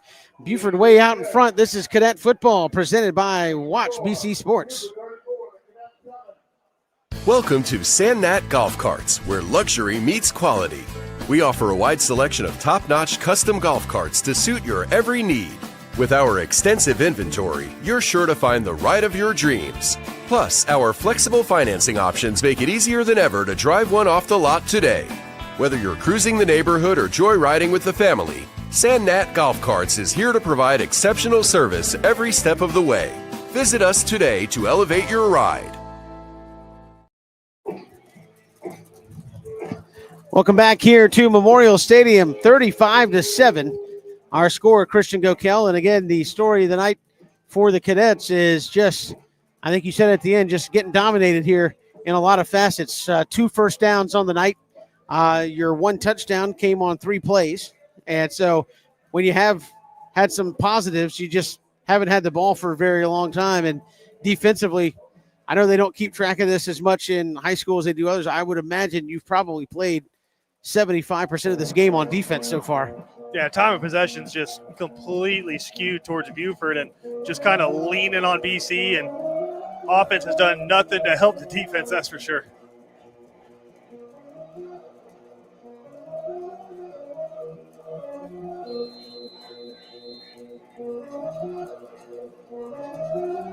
So here's the kick. It's going to drive through the rain inside the 5, and Mallard just going to let it roll in there. And so the Cadets will get it out at the 20. Again, at this point, you can't look at the scoreboard. You just got to be trying to execute if you're BC's offense.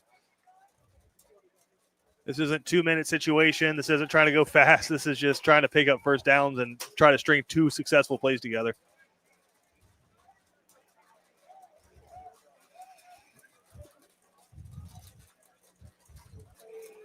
So 5:47 to go here in the third.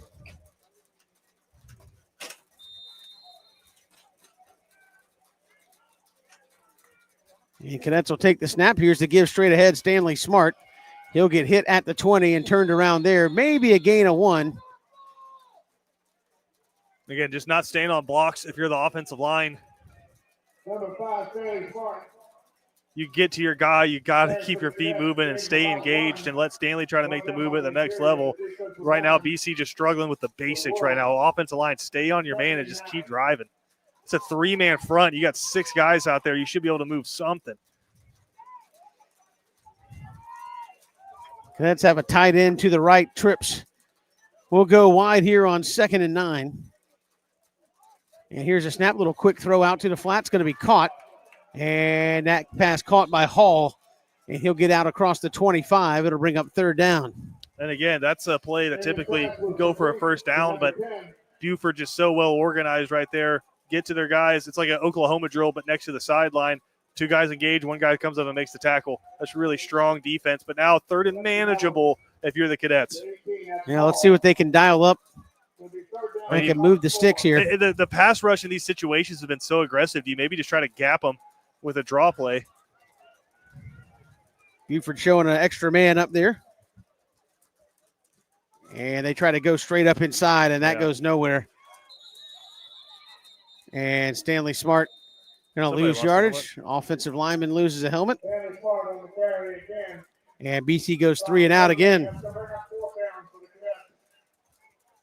Again, I think we had a comment in the chat about Stephen punting. This, to my knowledge, the first time he's done it in a game is tonight. Yeah, maybe a pooch punt at some point, but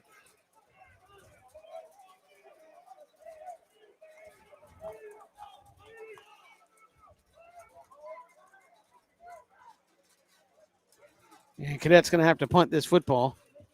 Might have to burn a timeout too. And I mean, it is. You could hear a pin drop in the stadium right now. I can hear the raindrops. I know that.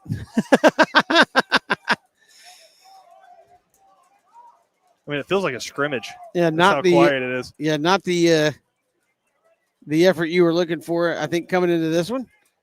And they're setting up a return. And there's a nice punt, but low by Cannon. It's going to be caught and getting upfield at the 45, making a man miss, and out near midfield.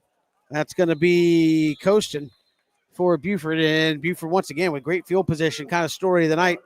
And after 3 plays, the BC defense right back out there on the field.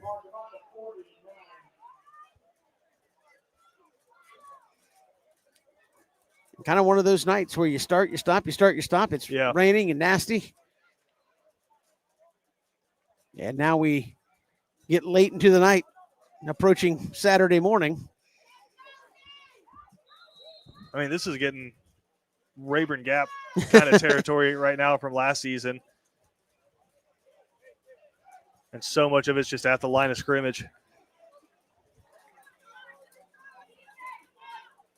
So here's Raiola here out of the shotgun, and they'll just give straight ahead. This is McCoy. He breaks right through second level. And that is Jonathan Black with the tackle. Or excuse me, that was Landon Harris, who's playing for Mackay Williams tonight. And Kevin, we're getting to a very uncharted territory here. You're in a situation where you could have a running clock. I was going to say, when's the last time they had it done to them? Right. And we got an injured Buford Wolf down on the ground. Got a cramp situation. We're going to step aside while they tend to him. 3:25 to go here in the quarter. This is Benedictine football. Watch BC Sports. Want to make some extra cash just by sitting on your couch? At Cash and Carry in Savannah, Georgia, we buy any car, no matter the condition, and take it right off the road. Just visit the link, enter your car details, and get an instant offer. Cash and Carry, turning cars into cash without leaving your couch. Plan your hunting getaway and escape to experience the beauty of Mossy Pond. Our diverse property right here in Pierce County allows you to enjoy various types of hunts, including plantation-style quail, hog, pheasant, and flooded timber-style duck hunts, all within 24 hours. At the center of it all, experience scenic, rustic, beautiful, and inviting amenities like luxury lodging, our first-class pro shop, fine dining, and the perfect event space. Book now and see why Mossy Pond Lodge is Georgia's premier hunting paradise. Criminal defense, family law, child custody, DUI, and divorce. When so much is on the line, you need expert legal representation. The one to call is Savannah's own Jonathan V. Dunn, PC, attorney at law. Voted the Thomson Reuters super lawyer consecutively since 2023 and an Avo top attorney rating of 9.7. You can count on Jonathan V. Dunn to leave no stone unturned to deliver the justice you seek. Contact 912-200-9352 or online at jvdattorney.com.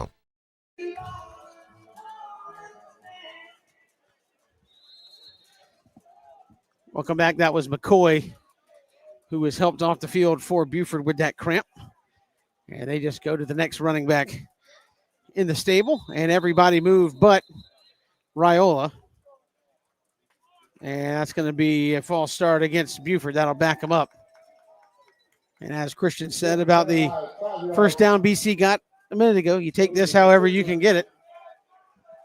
First and 15. A better game from a penalty standpoint for the Cadets, though they still had a personal foul in the first quarter. A little extra blocking out of bounds, but not nearly to the extent of week one against Colquitt. Here's the snap. Raiola going to give Taylor that pistol, and there's a tackle made by Guyton, and that's going to be Landon Harris again crashing down, or rather that's Raheem Jackson, excuse me. And you like the effort still. I mean, flying around out there was Guyton, getting all the way around the edge and coming back basically where he started to make that play. So effort, if nothing else. So Knuckles goes out. This is Stokes, and it's been 4 or 5 running backs, just whoever wants to get their carry here for Buford.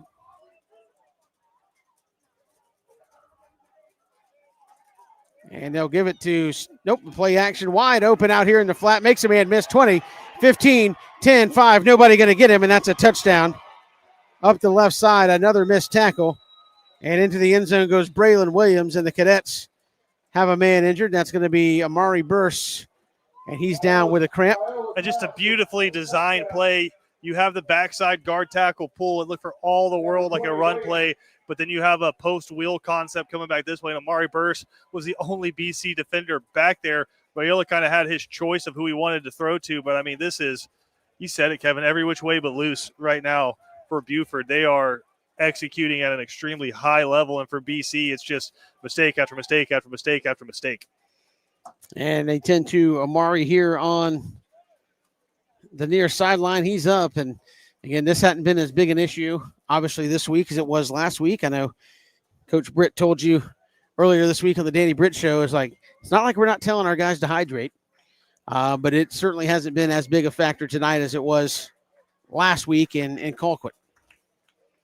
No, and again, you're down a few guys. You're missing Josh Washington, who was your replacement safety last week for Mekhi Williams. So you're on your third safety right now. You're missing your starting quarter in JoJo Sutton.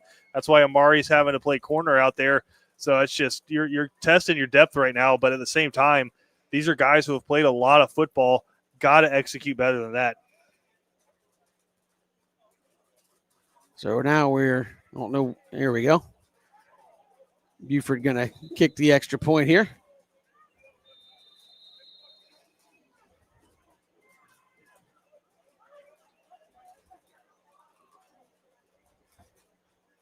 And this to make it 42-7. So Cadets will have to go back to the drawing board. Again, you got Burke County in Waynesboro next week.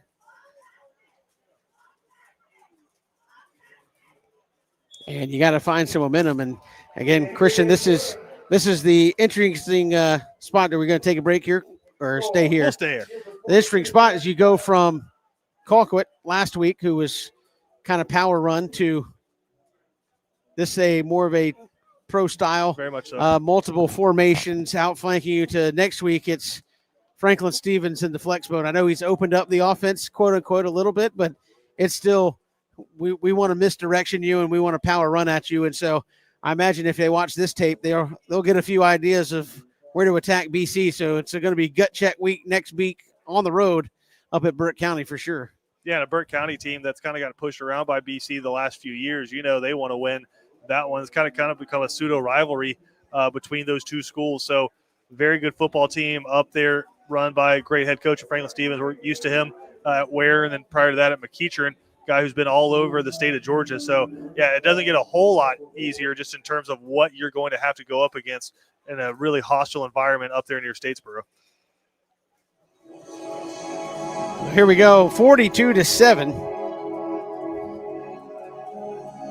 And Buford will go to their second team kicker.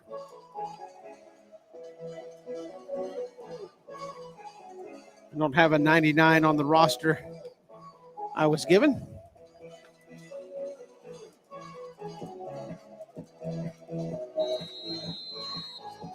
And as you said, Christian, the kick goes up the left hash, and let's see if it's going to be caught by Mallard across the 15, 20, 25 up the near side. Oh, took a shot at the 30. And this is what you call a couple of pride drives where hey, are we going to do something as a team? And not just coaches, the players, I say, look, we are not going to just continue to just get shut down offensively. Can we move the sticks a little bit and find some things to build on? Well, it might be a little bit easier being that Buford looks like has put in the backups, which backups are still very, very good. But, yeah, try to build on something. So here's Cannon in a shotgun, 2:05 to go here in the third. Still a three-man rush here for the Wolves. Here's the snap. Inside give, working near side. This is Smart. Smart across the 35. Number 5, Stanley Smart on the carry. And just how of like a workmanlike effort has this been for Buford, Kevin? I mean, nothing really tricky. Just coming out, executing, and just beating you up. And just flowing to the football. It's going to take something special to beat this team this year. Kind of a lot of things you've seen from some BC teams in the past, where when you had some of those great collections of talent, where it's like, hey, we're going to line up and bludgeon you. I've seen some really good BC teams in the past. Yeah. I don't know if I've seen any with these lines of scrimmage. No, certainly not. And here's a cutback. Smart's going to get across the 40, and that should be enough. They got an injury. Should be enough. We got a Buford player cramping up here on the near side. That should be enough for a first down. They're going to give it to him, and that is a BC Brothers moving the chains. First down. And we got a BC player kind of shaking up here on the near side too. Can't get a good look who it is. One of those offensive linemen. Reef Leonard, maybe. And Kevin, that was the concern this year for BC was you're replacing 5 seniors across the offensive line. You've got some guys who have played before, but not a senior lining up right now in your starting 5 on your offensive line. You got some other underclassmen who are rotating in, and the kind of feeling coming out of camp was this is a unit that might surprise some people, but so far really kind of struggling to find their way right now. And this is a very talented BC team, but just feels discombobulated at the moment. I think BC is going to have to go to their second string center here, Turner Walker. Reef Leonard going to come out to the sideline. I don't know if he just got the wind knocked out of him or what, but he's going to come out for at least a play here, and you're going to go with the junior Walker in there snapping the football.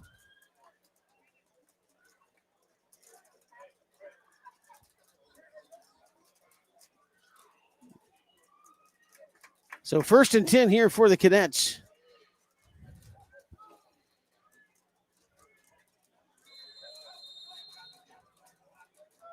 This Cannon in a shotgun. Buford showing a little pressure here as they walk a couple linebackers up. Here's the snap. Cannon looking, rolling here to the near side, and he'll just take it out of bounds. He's actually going to lose about, see where they mark him. Yeah, back at the 36. He's going to lose about 4 yards. I mean, they rotate 4 guys in at the defensive line, and there's no drop-off. Just like opening a double door. 2nd and 15. Leonard back in there at center for BC.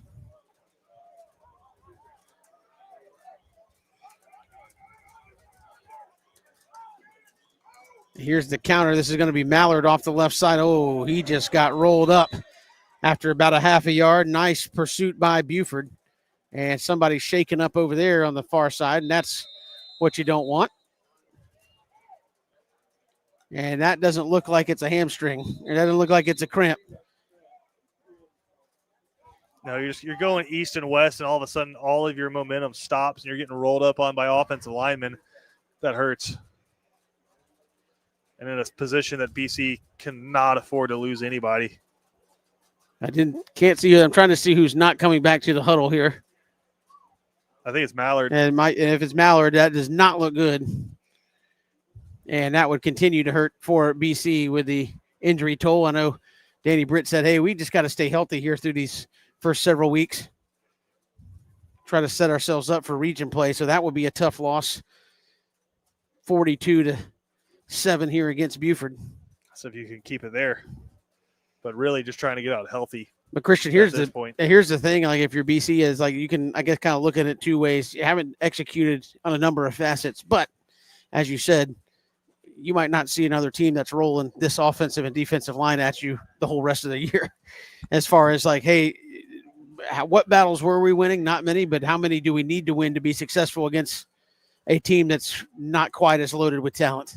No, but at the same time, if I'm another team, I'm watching this and seeing 2 weeks in a row, it's taken 4 guys to really get pressure consistently on BC. So, okay, maybe I don't have the horses that Colquitt and Buford have, but if I can get pressure with 5, then that feels a whole lot more comfortable when I can drop those 6 guys back in coverage against a really talented BC wide receiving corps. So you're kind of giving the other teams the formula, and if they can come out and execute, you're the ones who's going to have to adjust. And I get it.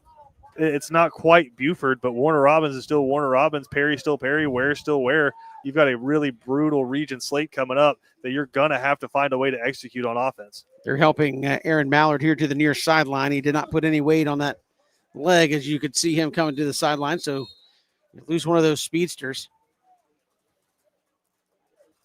And now you're trying to fight for your life here. Here's Cannon rolling out. It's going to tuck it and run. Showing off some of that speed, gets down and slides underneath, and he gets out near the 45. And now what do we have? Flag on the far sideline. Holding against BC, so that negates that. Can we say about 10 minutes to play this final minute of the third? So that'll back BC up. It'll be they're going to decline, and it'll be 4th down. So BC going to have to punt the football. So you got 1 first down, but at what cost ultimately? As Mallard came to the near sideline, and again, the hit, the way he was on the ground afterwards, and the way he came off the field, none of it looked very good. And does BC even snap this football? Hero was high, snap, Cannon comes down to it, almost blocked. He gets it off. He maybe got a fingertip on it, and out of bounds at the 35 of Buford, and that's where it'll be for the 4th quarter. And Danny Britt upset because Jackson, 23, is in there as kind of the fullback for the punter right there, and he's just kind of lost in space as the man comes off the edge. He didn't block anybody, and that one almost gets blocked. I mean, I don't know that there's been one play executed properly by all 11 guys for BC all night. And yes, you can talk about how good Buford is, but that's a special teams play. Yeah, you just did not execute whatsoever. That, I think, is what you go back to Danny Britt and say, hey, read all the press clips before the season started. You guys are supposed to be the best team ever put on the face of the earth. If you're not going to execute, we're not going to win a football game. We go to the 4th. BC down big, 42-7. We're coming right back here on a rainy, now Saturday morning, I believe, in Savannah. Indeed. Criminal defense, family law, DUI, and divorce. You need representation. The one to call is Savannah's own Jonathan V. Dunn, PC, attorney at law. Voted a Thomson Reuters super lawyer consecutively since 2023. Online at jvdattorney.com.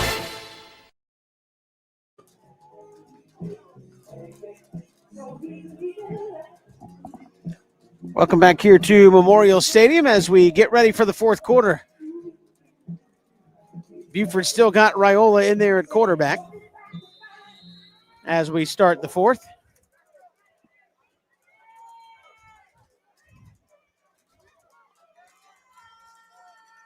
He'll put a man in motion. Here's the give straight ahead and breaking tackles across the 40.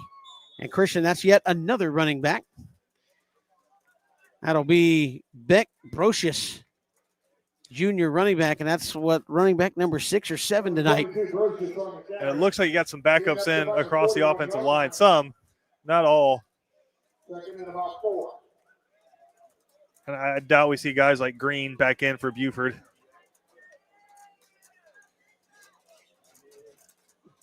Buford going to run a man on late. Going to run one 300-pounder off and replace him with another one.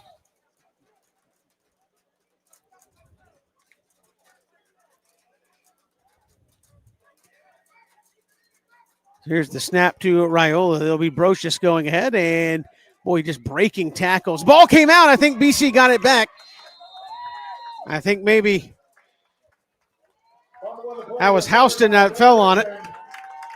So Jaden Houston comes up with a fumble recovery, and if there's a bright spot at all for BC, they've created a couple of turnovers defensively tonight. Yeah, you love the continued fight. I mean, just getting some hands in there, scraping at the ball. That time looked like he was just going to break another tackle on a little split zone right there, but BC able to come with a big hit, pop that one out. So now the offense in plus territory. I want to say maybe for just the second time all night. They got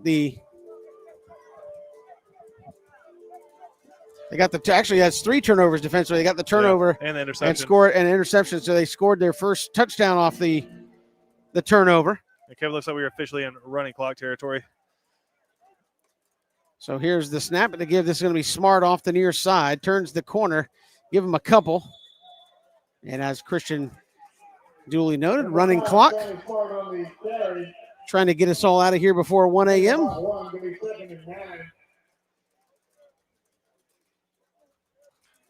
And again, a point in time tonight where a lot of people thought we wouldn't even make it this far. I think there's some cadets who are going to watch this game film and say, man, could have used one more lightning strike. Probably will not be a good breakdown of the tape.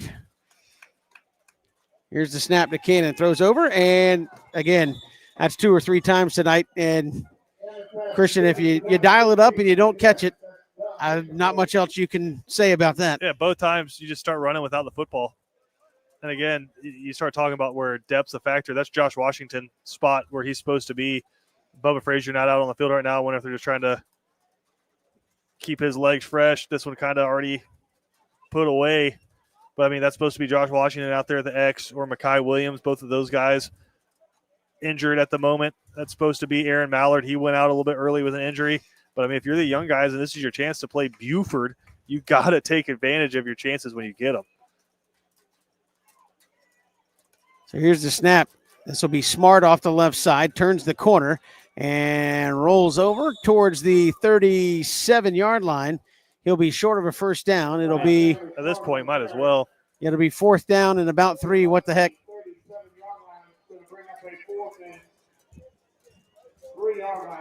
Tell you what, Kevin, one thing, you're going to learn a lot about the character of your football team. That's true. In the next 6 days.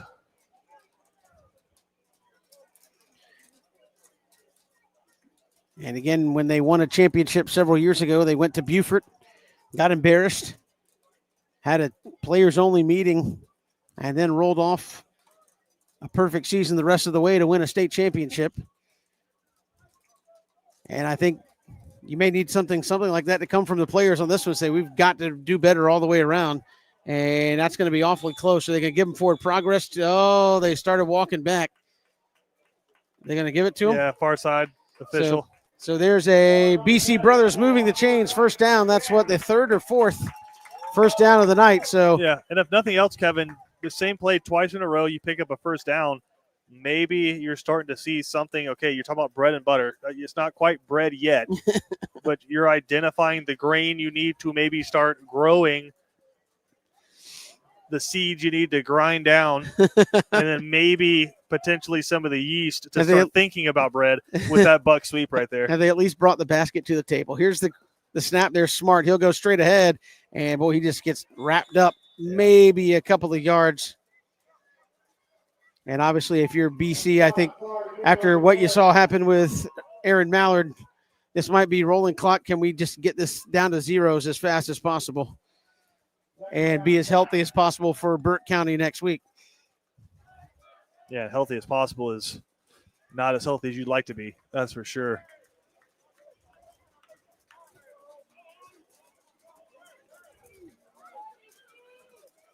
So Cannon out of a shotgun, takes the snap, looking, throws underneath. That's done. He dropped it again. And again, this is a guy in Dunn who had 2 touchdowns, one against Camden, one against Colquitt, and now just couldn't catch a cold in the wintertime.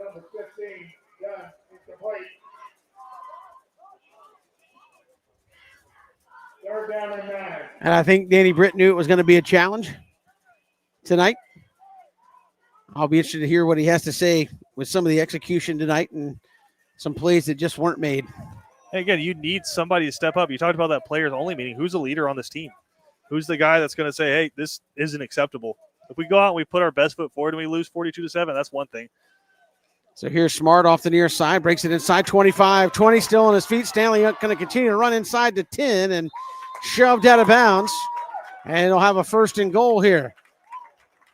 Again, that same kind of buck sweep, pulling the backside guard and tackle, getting him out in front. And Stanley, little pin and pull look. And Stanley doing a good job of kind of riding that guard and then bursting on the outside. Is that the play maybe? You're like, okay, offensive line feels comfortable with this one. Let's try to build off that and kind of base the offense on that. And they'll do it again. Smart going to stutter step in the hole and fall ahead towards the 3.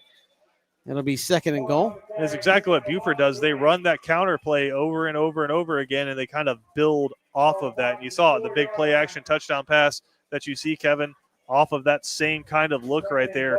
It's a lot of offenses have that one play that you kind of build everything off of. Rain continues to fall as it has really since just after what would have been the actual game time. And it's been steady to downpour all night long. Here's the snap. Cannon bobbled it, going to pull it the other way and take it himself. Spin and touchdown, Stephen Cannon. And BC puts together a drive and gets themselves in the end zone. Got a couple of BC brothers moving first downs. I know against some of the reserves for Buford, but hey, you got to build off something. Talented reserves. I know they're going to be frustrated they gave up that touchdown, but for BC, some positive as you start wrapping this one up. This will be Parker Lewis for the point after.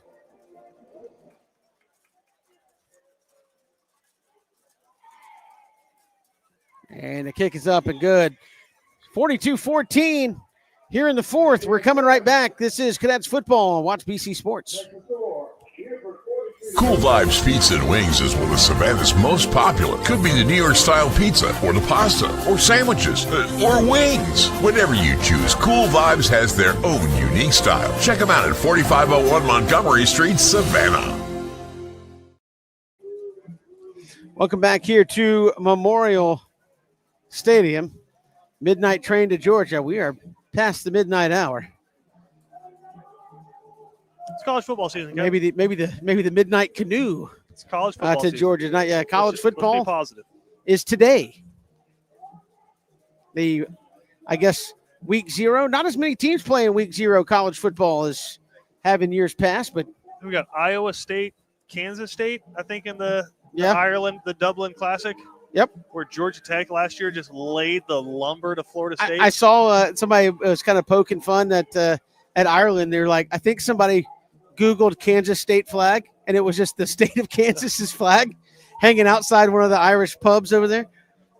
Hey, Matt Campbell, great head coach, just kind of found his niche there at Iowa State, didn't try to take the bait and join one of the bigger programs. He knows where he's good, and they've kind of locked him in. And then love the quarterback out there for Kansas State as well. So Avery Johnson, that'll be a fun one to watch. So college football later today. And, of course, most everybody next week. Here's the kick. Going to come down about the 12. Can the Cadets get it covered? And, again, a missed tackle. They were fighting and clawing, trying to get him. I think the first contact made by Tristan Robertson, a sophomore.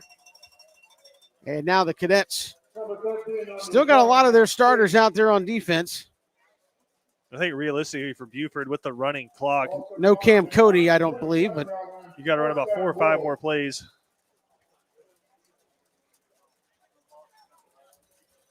And Christian, you start looking around and say, well, they still got a lot of starters in there, but they also have a lot of guys who had to start because of injury who are out there. I think it's your starting group minus Cam Cody, Jameer Lee in the game. Again, Cam Cody played a lot of snaps tonight. I thought played well.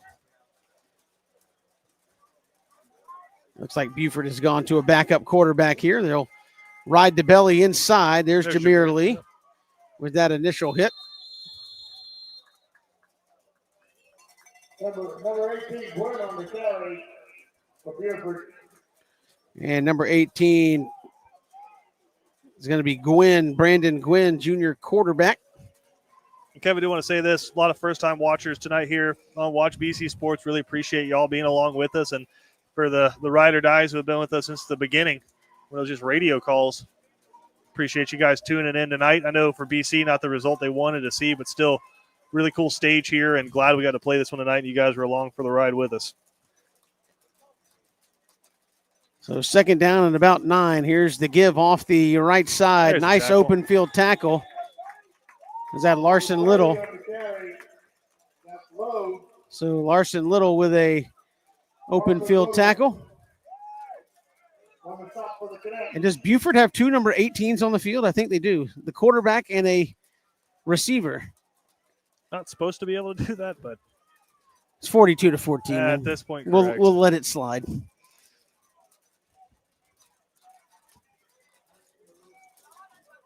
But yes, the quarterback and a receiver both wearing 18. And Buford in no hurry here. They're going to let this thing run all the way down with a running clock and play clock here. Inside 15 already on the play clock. And a big third down. And here's an inside give. Cadets there. And another missed tackle, but Larson Little there to pick it up. Number 80 on the carry. And now on fourth down and about 3, Buford going to punt it. They may wait. If you let this run all the way down, Christian, and punt the football, there'll be a minute left with the running clock.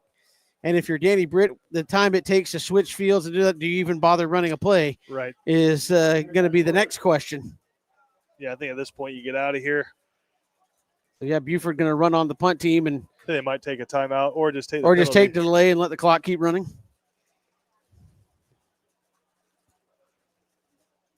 And let's see what they do.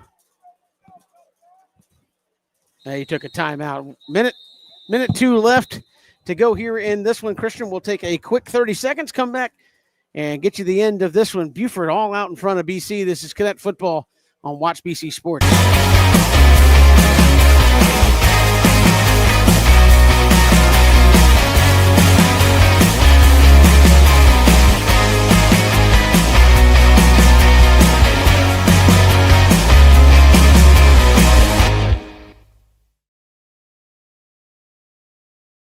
Criminal defense, family law, DUI, and divorce. You need representation. The one to call is Savannah's own Jonathan V. Dunn, PC, attorney at law. Voted a Thomson Reuters super lawyer consecutively since 2023. Online at jvdattorney.com.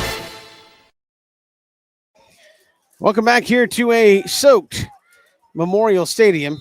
Buford going to punt the football here with a minute 2. And they've got a backup punter in there for the Wolves. High snap, but corralled, and a wobbly punt off here to the near side is going to roll.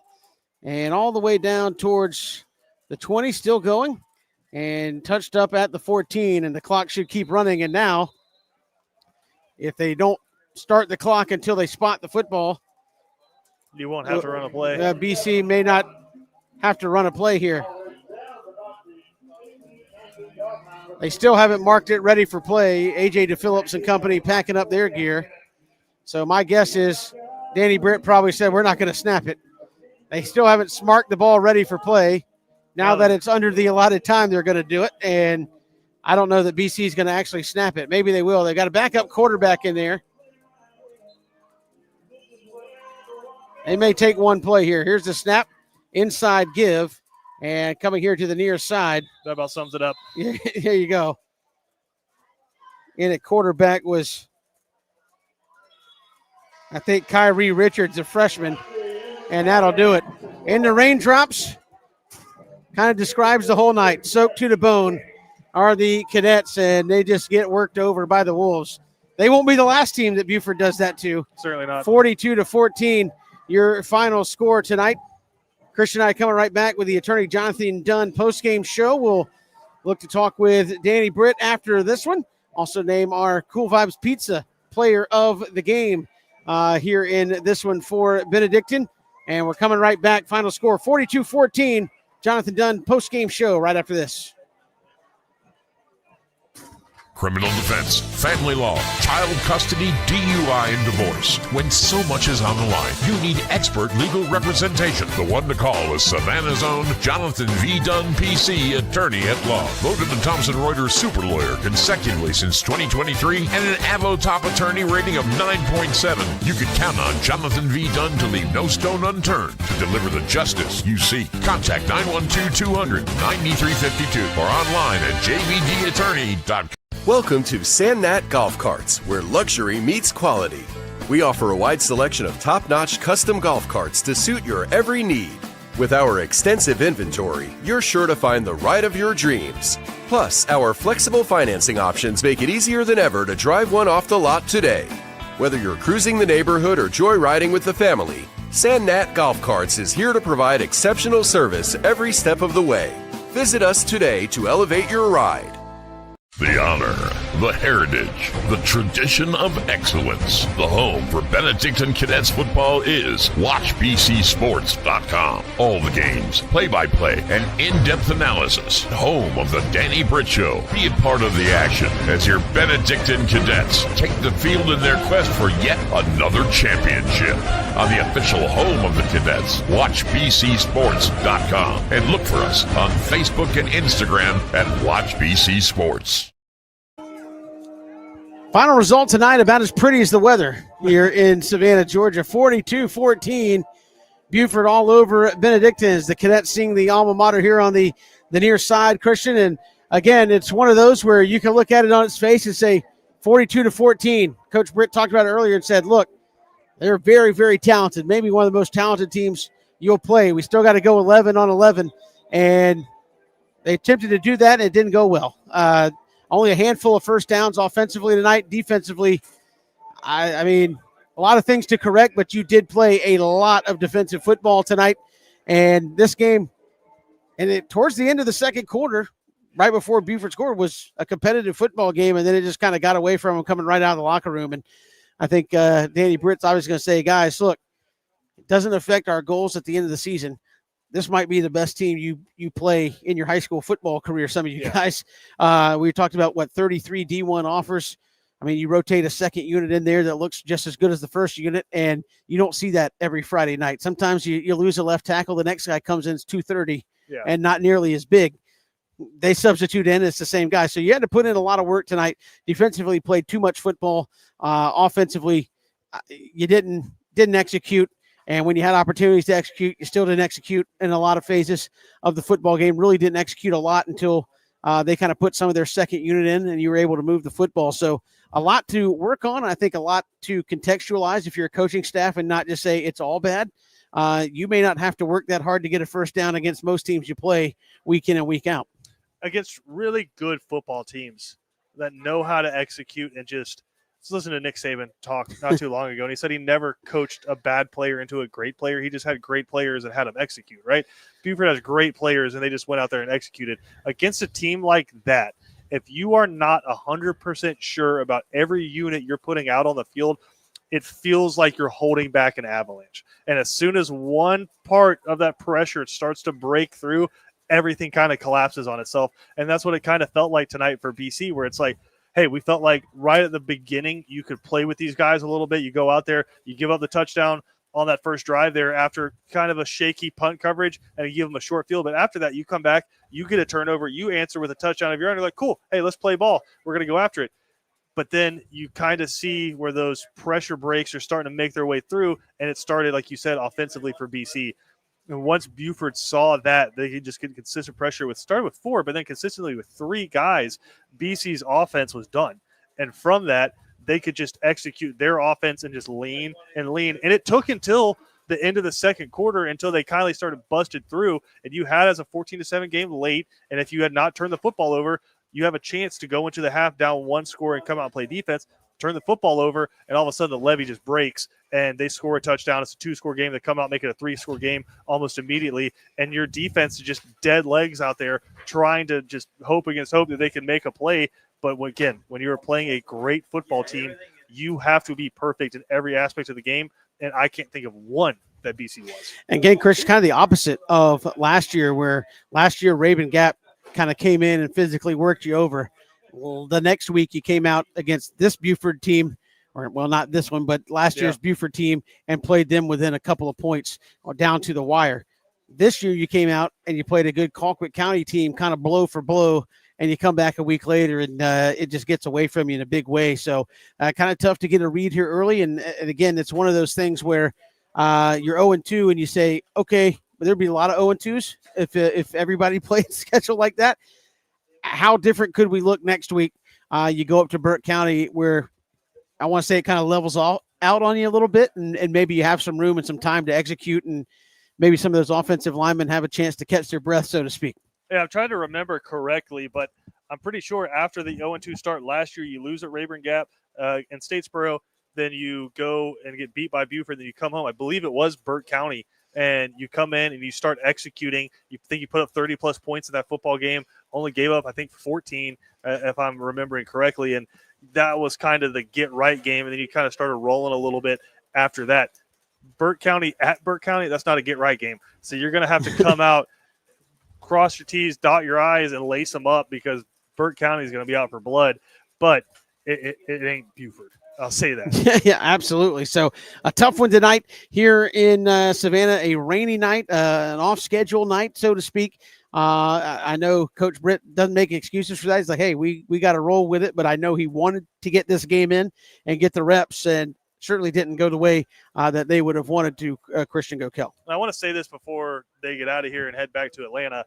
That's a damn good Buford football team. Oh, yeah, 100%. And I know a lot of – you say that every year, but there's some years where it's kind of up and it's kind of down, and they're consistently making runs to the playoffs.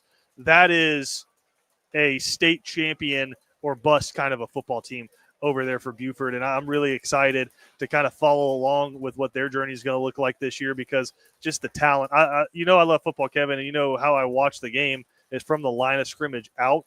I was listening to actually Camden County's coach talk about LaDamian Guyton, and he kind of described him as just like a beautiful defensive end. You look across their line of scrimmage, that's a beautiful line of scrimmage on both sides of the ball.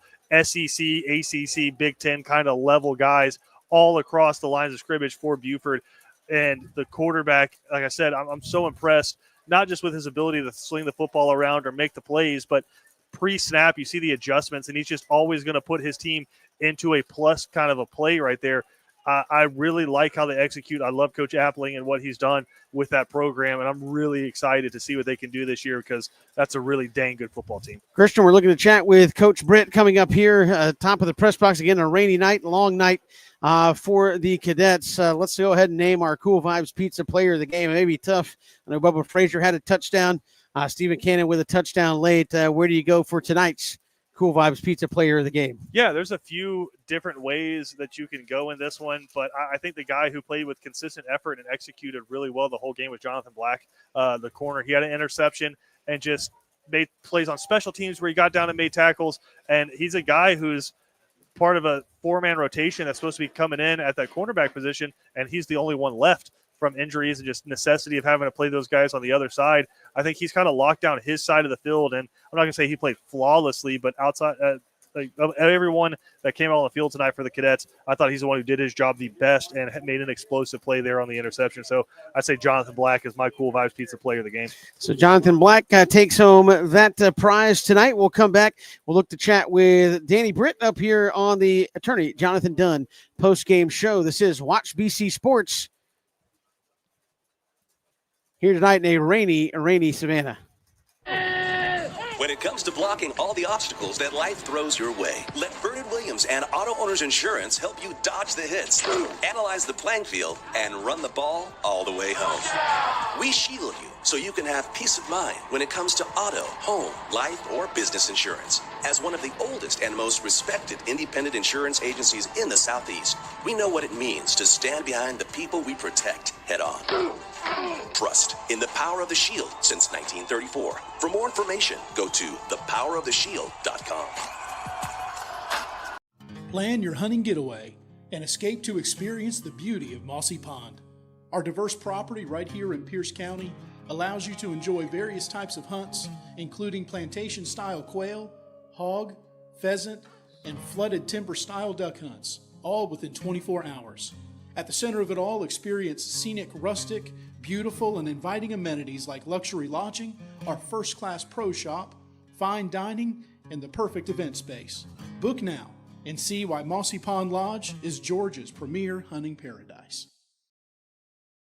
Bowtie Barbecue Company at 6724 Waters Avenue in Savannah serves up barbecue both familiar and new, made by hand and made with love. Family friendly and relaxed, Bowtie takes great pride in the by hand preparation of high quality beef ribs, smoked chicken, pork spare ribs, and more. Come join the Bowtie family. Ask about our food truck and catering too. Bowtie Barbecue Company, Southern charm naturally. Look for them online at Bowtie Barbecue.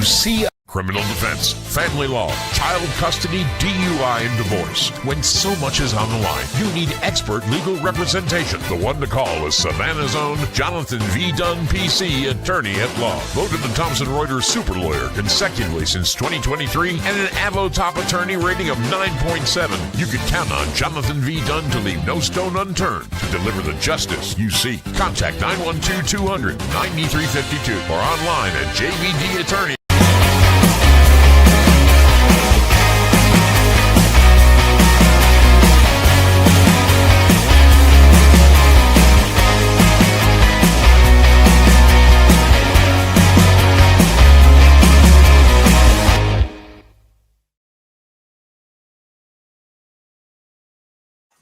Welcome back here, Attorney Jonathan Dunn postgame show alongside Coach Danny Britton. Coach, appreciate you coming up here. I know not a dry inch on your body right now, standing out in that rainstorm. Before we talk about your team tonight, that's a dang good football team you guys played tonight in Buford. Talk about just lining up and the talent you saw on the other side tonight.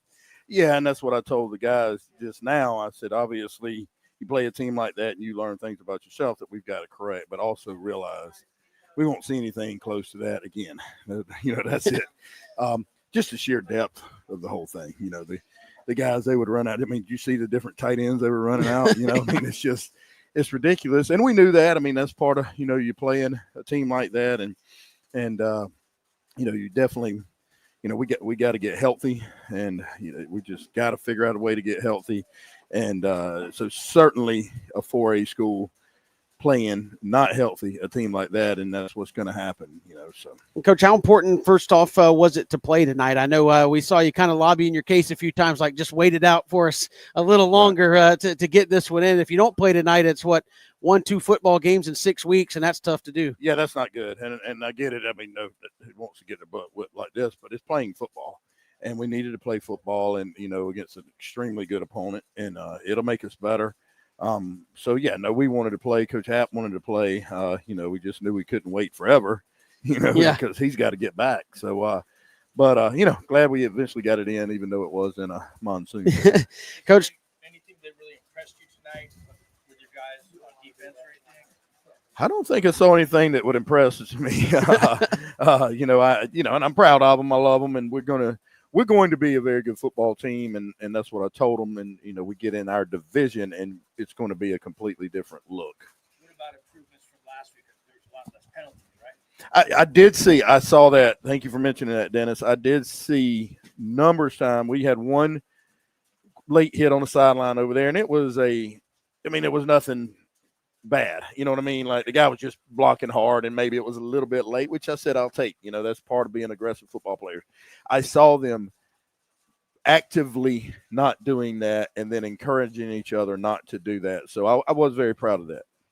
Coach, offensively, young guys up front. I mean, that first 2 weeks, how do you kind of feel they did? I know moving the football was tough. You couldn't get some things going for Steven, but talk about that development, and you throw 5 young guys out against college dudes, basically, right, the last couple of weeks. Yeah, we're going to see, see when we watch the film, but they have to have gotten better. I mean, I saw some good things. And, again, I think it's going to be a very good group.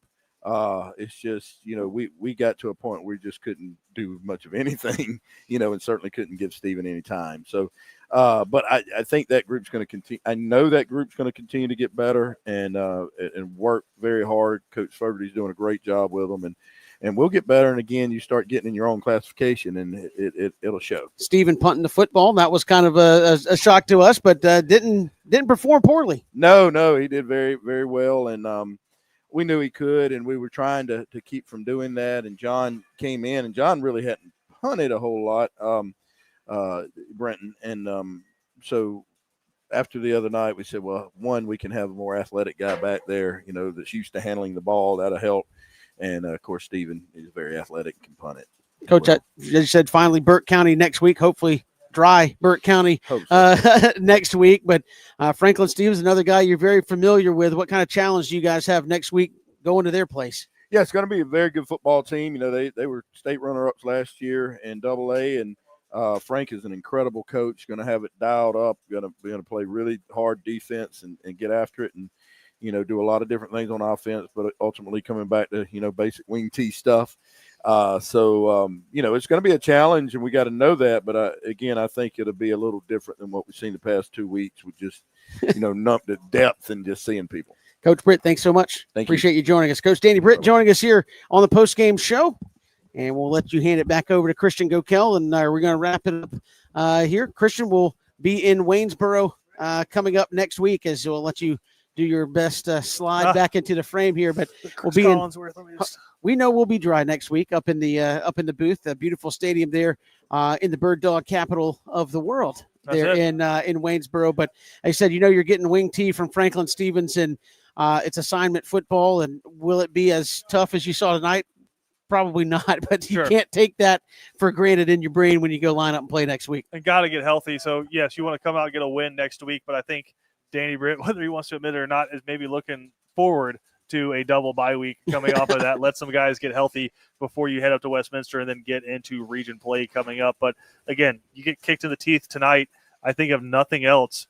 It's a team that all offseason long heard, brother, you got a Texas Tech quarterback, you got a Notre Dame wide receiver, you got the #1 junior in America coming in to play defensive end, you got a Clemson defensive tackle. Nobody can touch you guys. You guys should win every game by 50 points.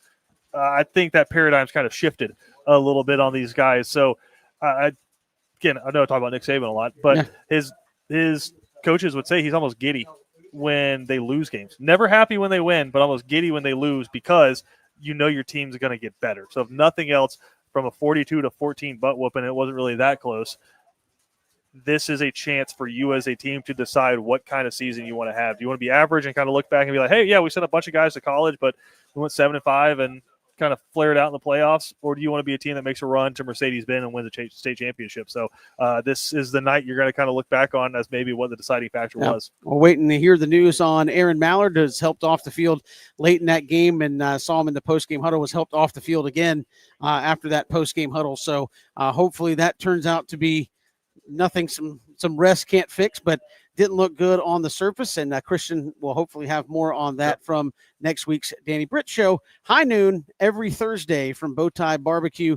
Christian Gokel and Coach Britt sit down and talk about tonight. I don't know if you'll spend a lot on this one, but looking ahead to Burke County again next week, going into the double bye week after that. So high noon at Bowtie Barbecue every single Thursday with Coach Britt. And then you and I will be up in Waynesboro next Friday night.